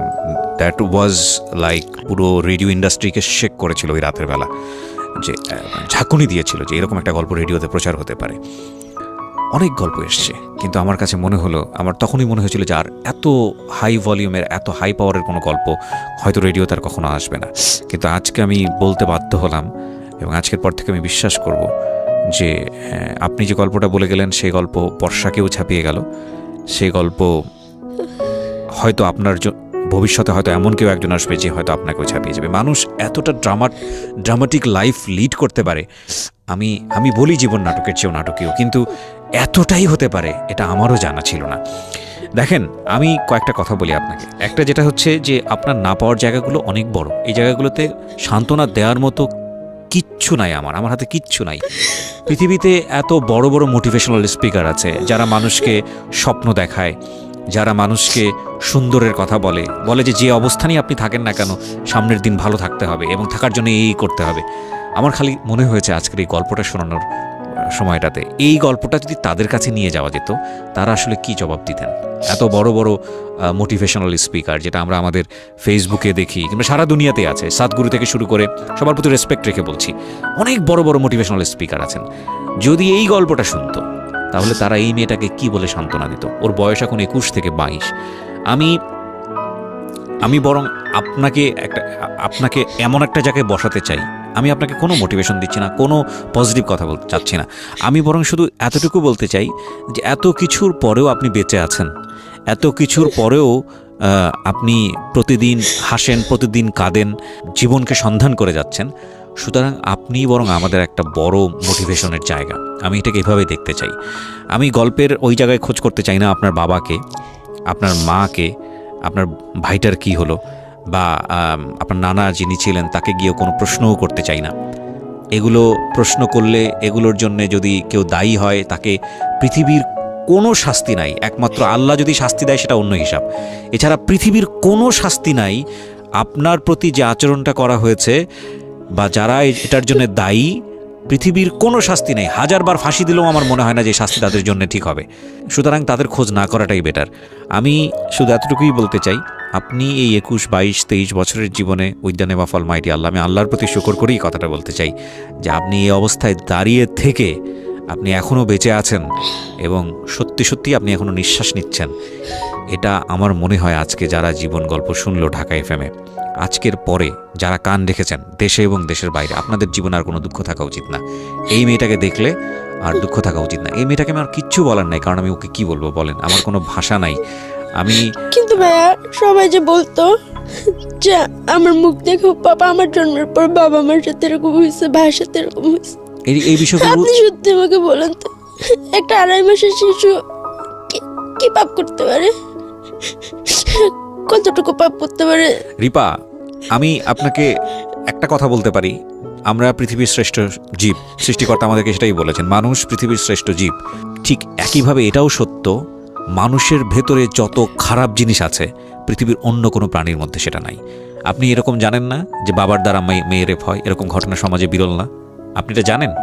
জানেন তো, শুনেছেন, এরকম নিউজ হয়। আপনি কি এটা জানেন না যে 2, 3, 4 বছরের একটা বাচ্চা তাকে রেপ করেছে, গ্যাং রেপের শিকার হয়েছে, এবং তারপরে সেখান থেকে 3 তলা থেকে 4 তলা থেকে নিচে ফেলে দেওয়া হয়েছে এবং তারপরে সে মারা গেছে? আপনি এটা জানেন না? জানি ভাইয়া। তাকে মেরে বিছানার নিচে লুকিয়ে রাখা হয়েছে, খাটের নিচে লুকিয়ে রাখা হয়েছে, পরে পুলিশ গিয়ে সে লাশ উদ্ধার করেছে। এটা জানেন না? জানেন তো। এই মানুষের দ্বারা এটা সম্ভব, এই মানুষের দ্বারাই সম্ভব। বিজ্ঞান হয়তো বলবে সে বিকৃত মস্তিষ্ক, বিজ্ঞান হয়তো বা বলবে যে সে মানসিকভাবে সে ভারসাম্য অবস্থায় ছিল না, কিন্তু এই মানুষ এই ধরনের কাজগুলো করে, সে যে অবস্থায় থাকুক না কেন। আচ্ছা, মানুষের মনে না হয় দয়া থাকে না ভাইয়া? মানে আমি আজকে বললাম, মনে হয় যে আমার বুকটা অনেক হালকা হয়েছে, যে আমার কথাগুলো এত ধৈর্য ধরে কেউ শুনলো। ভাবি কাউকে বলতে পারলাম, কিন্তু আমি মাঝে মাঝে খুব নামাজ পড়ি, আল্লাহর কাছে তাহাজ্জুদ নামাজ পড়ি, আমি ওই করি। আমি এখনো বলি যে আমি জানি না আসলে আমার বাবা মাকে, আর আমি মনে করি যে আমার বাবা মা কখনোই খারাপ হইতে পারে না, কেননা এখনো আমি আল্লাহর পথে থাকার চেষ্টা করি, সৎ পথে থাকার চেষ্টা করি। আর আমি যদি একটা খারাপ মানুষের সন্তান হইতাম, তাহলে অবশ্যই তার কিছু বৈশিষ্ট্য আমার ভিতরে থাকতো। আমি মনে করি মানুষ হিসেবে আমার মনটা যথেষ্ট ভালো। আমি কখনো কারো ক্ষতি চাই নাই, আজও চাই না, আমার শত্রুরও চাই না। আল্লাহকে বলি যে তারা যেখানে থাকুক ভালো থাকুক, আর কোনো বাবা মা যেন, অন্তত কোনো মা যেন সন্তানকে এইভাবে যেন একা ছেড়ে না দেয়। দরকার হলে তারা যেন বিষ খাওয়া মায়েরা তারপর অন্যজনের সাথে বিয়ে করে, কিন্তু এইভাবে বাবা মার কাছে, আত্মীয় স্বজনের কাছে ফেলে রেখা সন্তানের জীবনটা যেন নষ্ট না করে। এটা আপনার মেসেজ। কিন্তু জি, আল্লাহর কেন আমার প্রতি একটু দয়া হয় না ভাই বলবেন? সে তো অনেক মহান, দয়ার সাগর, অনেক কথা শুনি তার সম্বন্ধে। আমি তো জানা মতো ভাইয়া যাই না, শুনি না, কখনো কারো 10 টাকা চুরিও করিনি। এখনো অনেক ঈদ যায় যে আমি ভালো জামা পরতে পারি না, কোথাও যাইতে পারি না, আল্লাহর প্রতি কোনো অভিযোগ করি না, কিন্তু আল্লাহ কেন আমার প্রতি একটু দয়া করে না? আমি আপনাকে এই প্রশ্নের উত্তর দিচ্ছি। আপনি খুব গুরুত্বপূর্ণ একটা প্রশ্ন করেছেন। আমি আমার ব্যক্তিগত জায়গা থেকে বলি। হ্যাঁ, মানে বিষয়টা হচ্ছে এরকম যে সৃষ্টিকর্তা নিশ্চয়ই আপনাকে ভালোবাসেন। হ্যাঁ, আপনার হয়তো না পাওয়া আছে, আপনার হয়তো কষ্ট আছে, এবং আপনার অনেক অভিযোগ আছে। সেই অভিযোগগুলো প্রত্যেক মানুষের জীবনেই কম বেশি আছে। আপনি এর চেয়েও খারাপ অবস্থায় থাকতে পারতেন না? আপনি এখন যে অবস্থায় আছেন, ধরেন আপনি জানি আমার চাইতে অনেক বেশি খারাপ অবস্থায়, বা আরও 10 জন মানুষ যে অবস্থায় আছে তার চেয়েও অনেক বেশি খারাপ অবস্থায় আছেন, কিন্তু এর থেকেও তো আপনি আপনার জায়গা থেকে বলেন, এর থেকেও তো আপনি ভয়ঙ্কর রকমের একটা খারাপ অবস্থায় থাকতে পারতেন না? ভাইয়া, রাস্তায় আমি একদিন একটা ভিক্ষুক দেখছি, বুঝছেন, 2টা পা নাই। তো ওর সন্ধ্যার পরে একটা মহিলা তাকে কোলে করে নিয়ে যাচ্ছে। তো আমি জিজ্ঞেস করলাম, আন্টি এটা কে হয় আপনার? বলতেছে আমার ছেলে। সেদিন আমি আল্লাহর কাছে দুহাত তুলে বললাম যে আল্লাহ, তুমি কি ওই ছেলেটার জায়গায় আমাকে রাখতে পারলা না, যে আমার মা আমাকে কোলে করে নিয়ে যেত? আমি ভিক্ষা করতাম সারাদিন, আমি না খেয়ে আসি, এটা আমার কষ্ট না ভাইয়া। আমি খাইতে পারিনি, পড়তে পারিনি, এটা আমার কষ্ট না। ঘুমাইতে পারিনি, এটা আমার কষ্ট না। আমার কষ্ট হলো এই জায়গায় যে এতগুলো মানুষের মাঝে কোনো মানুষের আমার খুব জানতে ইচ্ছা করে ভাই আমি কে, বা আসলে আমার বাবা মা কে ছিল, মানে এইগুলো জানতে ইচ্ছা করে, বা কেন আমার কেউ আপন কেউ নাই। মানে কষ্টটা আমার এই জায়গায় যে আমার আপন বলতে কেউ নাই, আমার ব্লাড রিলেশন বলতে কেউ নাই, আমার পরিচয় দেওয়ার মতো কেউ নাই, আমার যাওয়ার মতো কোনো জায়গা নেই। আমি প্রচণ্ড ধর্মভীরু একজন মানুষ, ভয়ঙ্কর রকমের ধর্মভীরু একজন মানুষ, এবং সৃষ্টিকর্তার উপর আমার অগাধ বিশ্বাস। আমি সেই বিশ্বাসের জায়গা থেকে হয়তো আমি আপনাকে ডিফাইন করতে পারবো না, যে সিচুয়েশনগুলো আজকে আপনি এখানে বললেন, আমি সেই বিশ্বাসের জায়গা থেকে এতটুকুই বলতে পারি যে কথা তিনিই বলেছেন, যে নেভার বি হোপলেস, কখনোই আসলে নিরাশ হওয়ার প্রয়োজন নাই। আপনার 22 বছরের জীবন, আপনি যেই ঘটনার মধ্য দিয়ে গেছেন, সেখানে আপনাকে অবশ্যই মানে কোনো কথা বলে সান্ত্বনা দেবার মতো, কোনো কিছু বলার মতো আমার কাছে কোনো ভাষা নাই। আপনার জীবনে যেমন 22 বছর সত্য, তেমনি আমার রেডিও ক্যারিয়ারের জীবনে আমি 8 বছর শুধু মানুষের জীবন গল্পই শুনেছি, এবং আমি যতটা শুনেছি তার চেয়ে খুব কমই মানুষকে শুনিয়েছি। তো সেই জায়গাটা থেকে আমি বলছি যে গল্প মুখোমুখি আজকে আমি হয়েছি, আমি সেটার জন্য 8 বছর ধরে প্রিপারেশন নেইনি, এবং আমি আজকে টু বি অনেস্ট আমি কখনো চিন্তাও করতে পারিনি। আপনি যেভাবে এসেছিলেন স্টুডিওতে, আপনার হাসি মুখ দেখে আমার কখনো মনেও হয়নি যে স্টেজে বসার পরে এইরকম একটা গল্প আপনার কাছ থেকে, আমি জানতাম যে একটা খুব ভয়ানক গল্প আজকে আমি উপস্থাপন করতে যাচ্ছি, কিন্তু আমি আমি অনেক খেই হারিয়ে ফেলেছি। আমার কথা বলার জায়গাটা যারা আজকে শুনছেন, যারা আমাকে নিয়মিত শোনেন, তারা জানেন যে আসলে আমি এতটা কনফিডেন্টলেস কখনোই থাকি না। কিন্তু আপনার গল্প শোনার পরে আমি পুরোপুরি কনফিডেন্টলেস, এবং সেই জায়গা থেকে আমার কাছে কোনো উত্তর নেই। কারণ যেই জায়গাটিতে আপনি আঘাতপ্রাপ্ত সেটা মন, এই মনের রকমের জায়গায় আসলে মোটিভেশন দেওয়ার মতো অবস্থা আমার নাই পুরো গল্পটা শুনে। কিন্তু আমি আপনাকে বলতে চাই, 22 বছরের আপনার অপ্রাপ্তির জায়গাটা যতটা বেশি বড়, আপনাকে যদি আল্লাহ 22 বছর বাকি 22 বছর বাঁচায়, এবং সেই 22 বছরে আপনার জীবনে হয়তো তিনি এমন কিছু দিবেন যে এই 22 বছর আপনি পুরোপুরি ভুলে যাবেন, এতটুকু আশা রাখার জন্যে আমি আপনাকে অনুরোধ করতে পারি। আমি জানি আপনি সেটা রাখবেন এই কারণ আপনি দেখেন, আপনি অ্যাসাইলামে ছিলেন প্রায় 12 বছরের মতো। অ্যাসাইলাম তো বলবো না, আসলে এতিমখানায় ছিলেন আপনি হচ্ছে প্রায় 12 বছরের মতো। ওই জায়গায় আপনার একটা সুন্দর জীবন হয়ে যেতে পারতো। আপনাকে বহুবার অফার করা হয়েছে আপনাকে ধর্মান্তরিত করার জন্য, বহুবার আপনাকে বলা হয়েছে যে আপনি একটা সুন্দর জীবন পাবেন, কিন্তু আপনি সেটা করেননি। এবং সেটা আপনার দ্বারা করলে খুব বেশি অবাক হওয়ার মতো সুযোগ ছিল না, এই কারণে যে মাত্র 6 বছর বয়সে আপনি তিনখানা চলে গেছেন। ওই সময় আপনি ধর্মকর্ম কী বোঝেন? সুতরাং ভিন্ন একটা সংস্কৃতিতে গিয়ে আপনি হয়তো এরকম করলেও করতে পারতেন, বাট আপনি করেননি। সুতরাং সৃষ্টিকর্তার প্রতি আপনার যে ডেডিকেশন, আপনার যে রেসপেক্ট, সেটা এখনও আছে বলেই আপনি এখনও ফাইট করে যাচ্ছেন। এবং আপনি যে দিন শেষে একটা কথা বললেন যে আপনি ভালো আছেন, হ্যাঁ, আপনি ভালো আছেনের জায়গাটায় আপনি অনেক বেশি শক্তিশালী, নইলে আপনি 22 বছর পর্যন্ত, এতদিন পর্যন্ত আপনি টিকে থাকতে পারতেন না। আমি আরেকটা কথা আপনাকে বলি, সেটা হচ্ছে কোনো মানুষকে ছোট করে না। আমি যদি রেডিওতে অ্যানাউন্স করি কালকে অন্তত 100 জন লোক দাঁড়াবে যে আপনার ভাই হতে চাই, কালকে অন্তত 200 লোক আমার সাথে যোগাযোগ করবে যে আপনাকে যারা বিয়ে করতে চায়, কালকে অন্তত এরকম 100 থেকে 150 জন মানুষ দাঁড়াবে যারা আপনার বাবা মা হতে চায়। বাট পৃথিবীর কেউ আপনাকে কখনোই গ্যারান্টি দিতে পারবে না যে এই ইমোশনটা আপনার আপনি একেবারে মৃত্যু পর্যন্ত তারা আপনার সামনে ভাবে থাকবে। যেহেতু গ্যারান্টি দিতে পারবে না, সেহেতু আমি অ্যানাউন্সমেন্টটাও দিব না। কারণ যেই জায়গাটায় আপনি ক্ষতবিক্ষত, সেটা হচ্ছে মানুষের মন। এই মানুষের মনের কারণেই আপনি দেখেন, একটা মানুষ আপনাকে নিয়ে গিয়ে বাড়িতে জায়গা দিল, আপনার জন্য আলাদা একটা বাসা নিল, আপনাকে সে বাসায় ফিরে আপনার হাতে চুমু খেত, আপনার কপালে চুমু খেত, আপনি সেখানে গিয়ে আপনি দেখা শুরু করলেন আপনি একটা সংসারের স্বপ্ন, এবং সেই মানুষটাই আপনাকে 1000 টাকা দিয়ে লাথি মেরে ঘর থেকে বের করে দিল। সবই কিছুই কিন্তু এই মনের জায়গা, হ্যাঁ। এবং আপনি দেখেন এই মনের কারণেই আপনি যে এত বড় ফাইটটা করে চলেছেন, সেই ফাইটটার জায়গাটা আপনার এখনও অনেক অনেক বেশি অপূর্ণ। হ্যাঁ, পরিবার আপনাকে হয়তো কেউ কখনো দিতে পারবে না।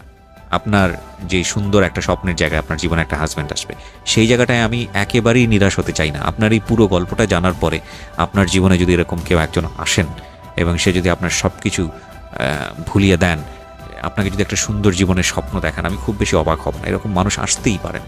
সবচেয়ে বড় কথা হচ্ছে যে আল্লাহ নিজেই বলেছেন যে তুমি নিরাশ হয়েও না, ঠিক আছে? আপনার জীবনে যেই ঘটনাই ঘটেছে না কেন, যাই ঘটেছে, আপনি তো এটা বিশ্বাস করেন। যদি বিশ্বাস না করেন, তাহলে বিশ্বাস জায়গাটায় আপনাকে আসতে হবে। আপনার চেয়েও ভয়ঙ্কর ঘটনা হয়তো কারো জীবনে ঘটেছে, আপনি সেটা জানেন না। সেটা তো ভাই আমি এখনো স্বীকার করি যে প্রত্যেকটা মানুষের জন্য ভালো খারাপটা আছে ভাই, কিন্তু আপনার জীবনে যেটা হয়েছে, ভালোটা আপনি খুঁজে পাচ্ছেন না। এক্স্যাক্টলি, হোয়াট ইজ ভালোটা কই? তো আমার মনে হয় যে এই সার্চ করার জায়গাটা, আমি জানি না প্রিয় শ্রোতা আপনারা কি বলবেন, মানে আমার আসলেই উত্তর দেওয়ার মতো আসলে কিছু নাই। ভিক্ষা করে তার জীবনে মা বলে একটা শব্দ আছে, শুধু মার জায়গাটায় আপনি কেন স্টিক হয়ে আছেন? কেননা আমি আমার মাকে খুব ভালোবাসি, আর আমি আমার মাকে কখনো ধরতে পারিনি। তো যাদের মা মারা গেছেন তারা কি করবেন? তারা সবাই আল্লাহর কাছে নামাজ পড়ে দোয়া করবে যে তার মা যেন। আপনি ধরেন, আপনার মা তো মারা গেছেন, আপনি হয়তো মায়ের কাছ থেকে যতটুকু পাওয়ার ছিল আপনি পাননি। আমি এরকম গল্প শুনেছি যে, ভাই আপনাকে আমি বলে বুঝাতে পারবো না, আমি জানি, আমার মার জন্য যে আমি মরতে পারতাম, মা শব্দটাকে আমি খুব ভালো। আমি এরকম গল্পও জানি যে 12-13 বছর বয়সে সেই ছেলে অনেক প্ল্যান করে তার বাবাকে খুন করেছে। আমি এরকম গল্পও জানি এবং সেটা আমি প্রচারও করেছি। সেটাও তো তার জীবনে একটা বাবা। তো ওর কাছে প্রার্থনাটা কি? এরকম বাবা থাকার চেয়ে না থাকাটা ভালো ছিল। আপনি তো আপনার পুরো জীবন জুড়ে মাকে খুঁজে পেলেন, আবার পেলেন না, পরিচয় পেলেন, আবার পেলেন না, একটা মিস্ট্রি। অনেকের জীবনে বাবা মার প্রেজেন্স সবচেয়ে বড় যন্ত্রণা। দেখো ভাইয়া, যে আমি যে মা, মানে এগুলো একটা সময় ছিল না, কষ্ট ছিল, আমি ভাবছি মা মরে গেছে, বাট আমার জীবন আইসা এইভাবে আইসা আবার ফিরা আবার মারা গেছে। আমার একটা জীবনে কয়বার আমার মাটা মারা গেল আপনি বলেন তো? এক্স্যাক্টলি, আমার আসলে কোনো উত্তর নাই প্রিয় শ্রোতা। I am truly hopeless. আমি বৃথা চেষ্টা করছি ওকে বোঝানোর জন্য, কারণ এই সিচুয়েশনে আমি ভাবিনি, আমি এন্টায়ার ক্যারিয়ারে কখনো ভাবিনি। প্রশ্ন করছিলেন ভাইয়া যে তুমি কেন গল্পটা বলতে চাও, শিক্ষণীয় আছে? আসলে আমি নিজেও জানি না, আমি শুধু আমার কষ্টটা শেয়ার করার জন্য গল্পটা বলছি। আর কোনো মা যেন সন্তানের কথা একটু ভাবে, আমার গল্পটা যারাই শুনুক, কোনো সন্তান কালো হোক, পঙ্গু হোক, যাই হোক, দরকার হলে যেন 10 টাকার বিষ কিনা সন্তানকে মেরে ফেলে, কিন্তু রাস্তায় যেন কখনো ছেলে না দেয়। আমি এটাই বলতে চাই। আর মামা মামিরা মানে এতটা নিষ্ঠুরতা যেন না করে, কারণ আমরা তো রক্তে মাংস করা মানুষ। সবাই যেন একটু ভাবে নিজের মন থেকে। এক্স্যাক্টলি, আপনার জায়গা থেকে আপনি চমৎকারই বলেছেন। আমি যদি একটু আপনাকে আপনার জীবনটা নিয়ে জিজ্ঞেস করি, এত কিছুর পরে আপনি পজিটিভ যদি বলেন আপনার লাইফ নিয়ে, আপনি ভবিষ্যৎ জীবনটা কি করতে চান আপনার নিজের জায়গা থেকে? ভাইয়া আমি একটা বিউটি পার্লার দিতে চাই, আর আমার যদি কখনো টাকা পয়সা হয় আমি একটা সেলাই সেন্টার খুলবো, আর পার্লারটাও আমার থাকবে। প্লাস রাস্তায় যে বাচ্চাগুলো থাকে, আমার অনেক টাকা হইলে আমি কখনো বিয়ে করব না, এটা আমি আশা করি। জানি না ভাগ্যে কি আছে, আল্লাহ জানে সব। আল্লাহ জানি না আমার কোনো পাপের ফলই হয়তো হবে, আল্লাহ আমাকে মাফ করুক। আমি ওই অনাথ বাচ্চাগুলো নিয়ে ওই এতিমখানায় যেভাবে দিন কাটাতাম, আমি ওদের পড়াশোনা শিখাবো, কোরআন পড়া শিখাবো, নামাজ পড়া শিখাবো। ওকে, যে কয়টা বাচ্চাকে পারি, 10টা বাচ্চা হলেও নিয়ে আমি থাকবো। ভাইয়া এতক্ষণ আমি বলার মতো কিছু পেয়েছি। সো আপনার হাতে 3টা জিনিস আছে। একটা হচ্ছে আপনি একটা সেলাই সেন্টার করতে চান, আপনি একটা এতিম বাচ্চাদের নিয়ে একটা ইনস্টিটিউশন করতে চান, আর আপনি কিছু পয়সা রোজগার করতে চান এইসব কাজের জন্য, রাইট? মানে আমি সামাজিকভাবে বাঁচার জন্য কিছু পয়সা রোজগার করতে চান। তো যেই মানুষটার স্বপ্ন থাকে সেই মানুষটা মরে যায় না।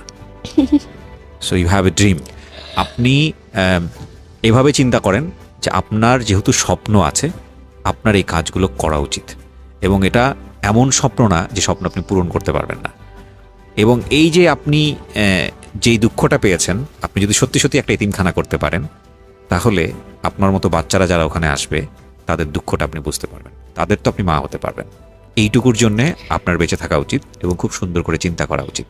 সো ওটুকু করার পরে আপনি তখন ওই যদি আপনি করতে পারেন, এবং করার জন্যে ইনশাআল্লাহ আমার পক্ষ থেকে দোয়া থাকবে, চেষ্টা থাকবে নিশ্চয়ই, কারণ আপনি মাত্র 22 বছর, আপনার জীবনে এখন অনেক দূর সামনে যাওয়ার আছে। বাট আপনার যে এত সুন্দর একটা স্বপ্ন আছে, এই স্বপ্নটা বাস্তবায়ন করা পর্যন্ত আপনার ফাইট করা উচিত। You are a born fighter. আপনি জন্মগতভাবে একজন যোদ্ধা, এবং আপনি যুদ্ধ করেছেন এমন এমন কঠিন জায়গাতে যেখানে টিকে থাকাই খুব মুশকিল।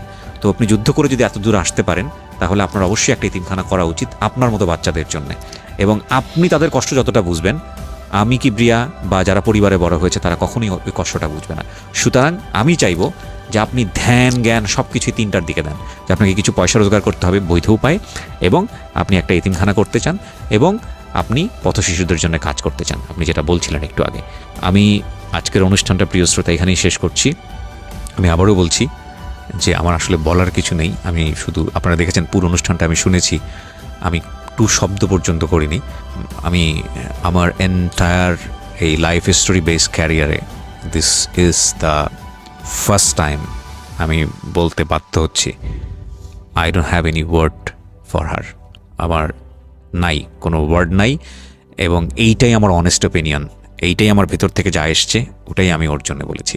ওর সাথে আমার যোগাযোগ থাকবে, এবং কেউ যদি ওর সাথে কোনোভাবেই যোগাযোগ করতে চান ওর স্বপ্ন পূরণের জন্যে, বা ইন আ সেন্স আপনি যদি মনে করেন যে না ওকে, আমরাও যদি মনে করি বা ও যদি মনে করে যে না ওর সঙ্গে কমিউনিকেট করা উচিত, সেক্ষেত্রে আমার ফেসবুকের যে পার্সোনাল আইডিটি আছে সেখানে এসে আপনারা নক দেবেন, যেটা অলরেডি ট্যাগ করা আছে ঢাকা এফএমের পেজে কিংবা আমার RJK প্রিয়া পেজে।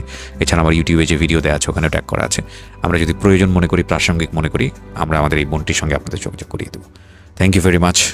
এরকম আর গল্প কখনো শুনতে চাই না তা না, আসলে সৃষ্টিকর্তার কাছে আজকে দোয়া করে আজকের এই অনুষ্ঠানটা শেষ করতে চাই যে আল্লাহ তুমি কাউকে কখনো এইরকম জীবন দিও না।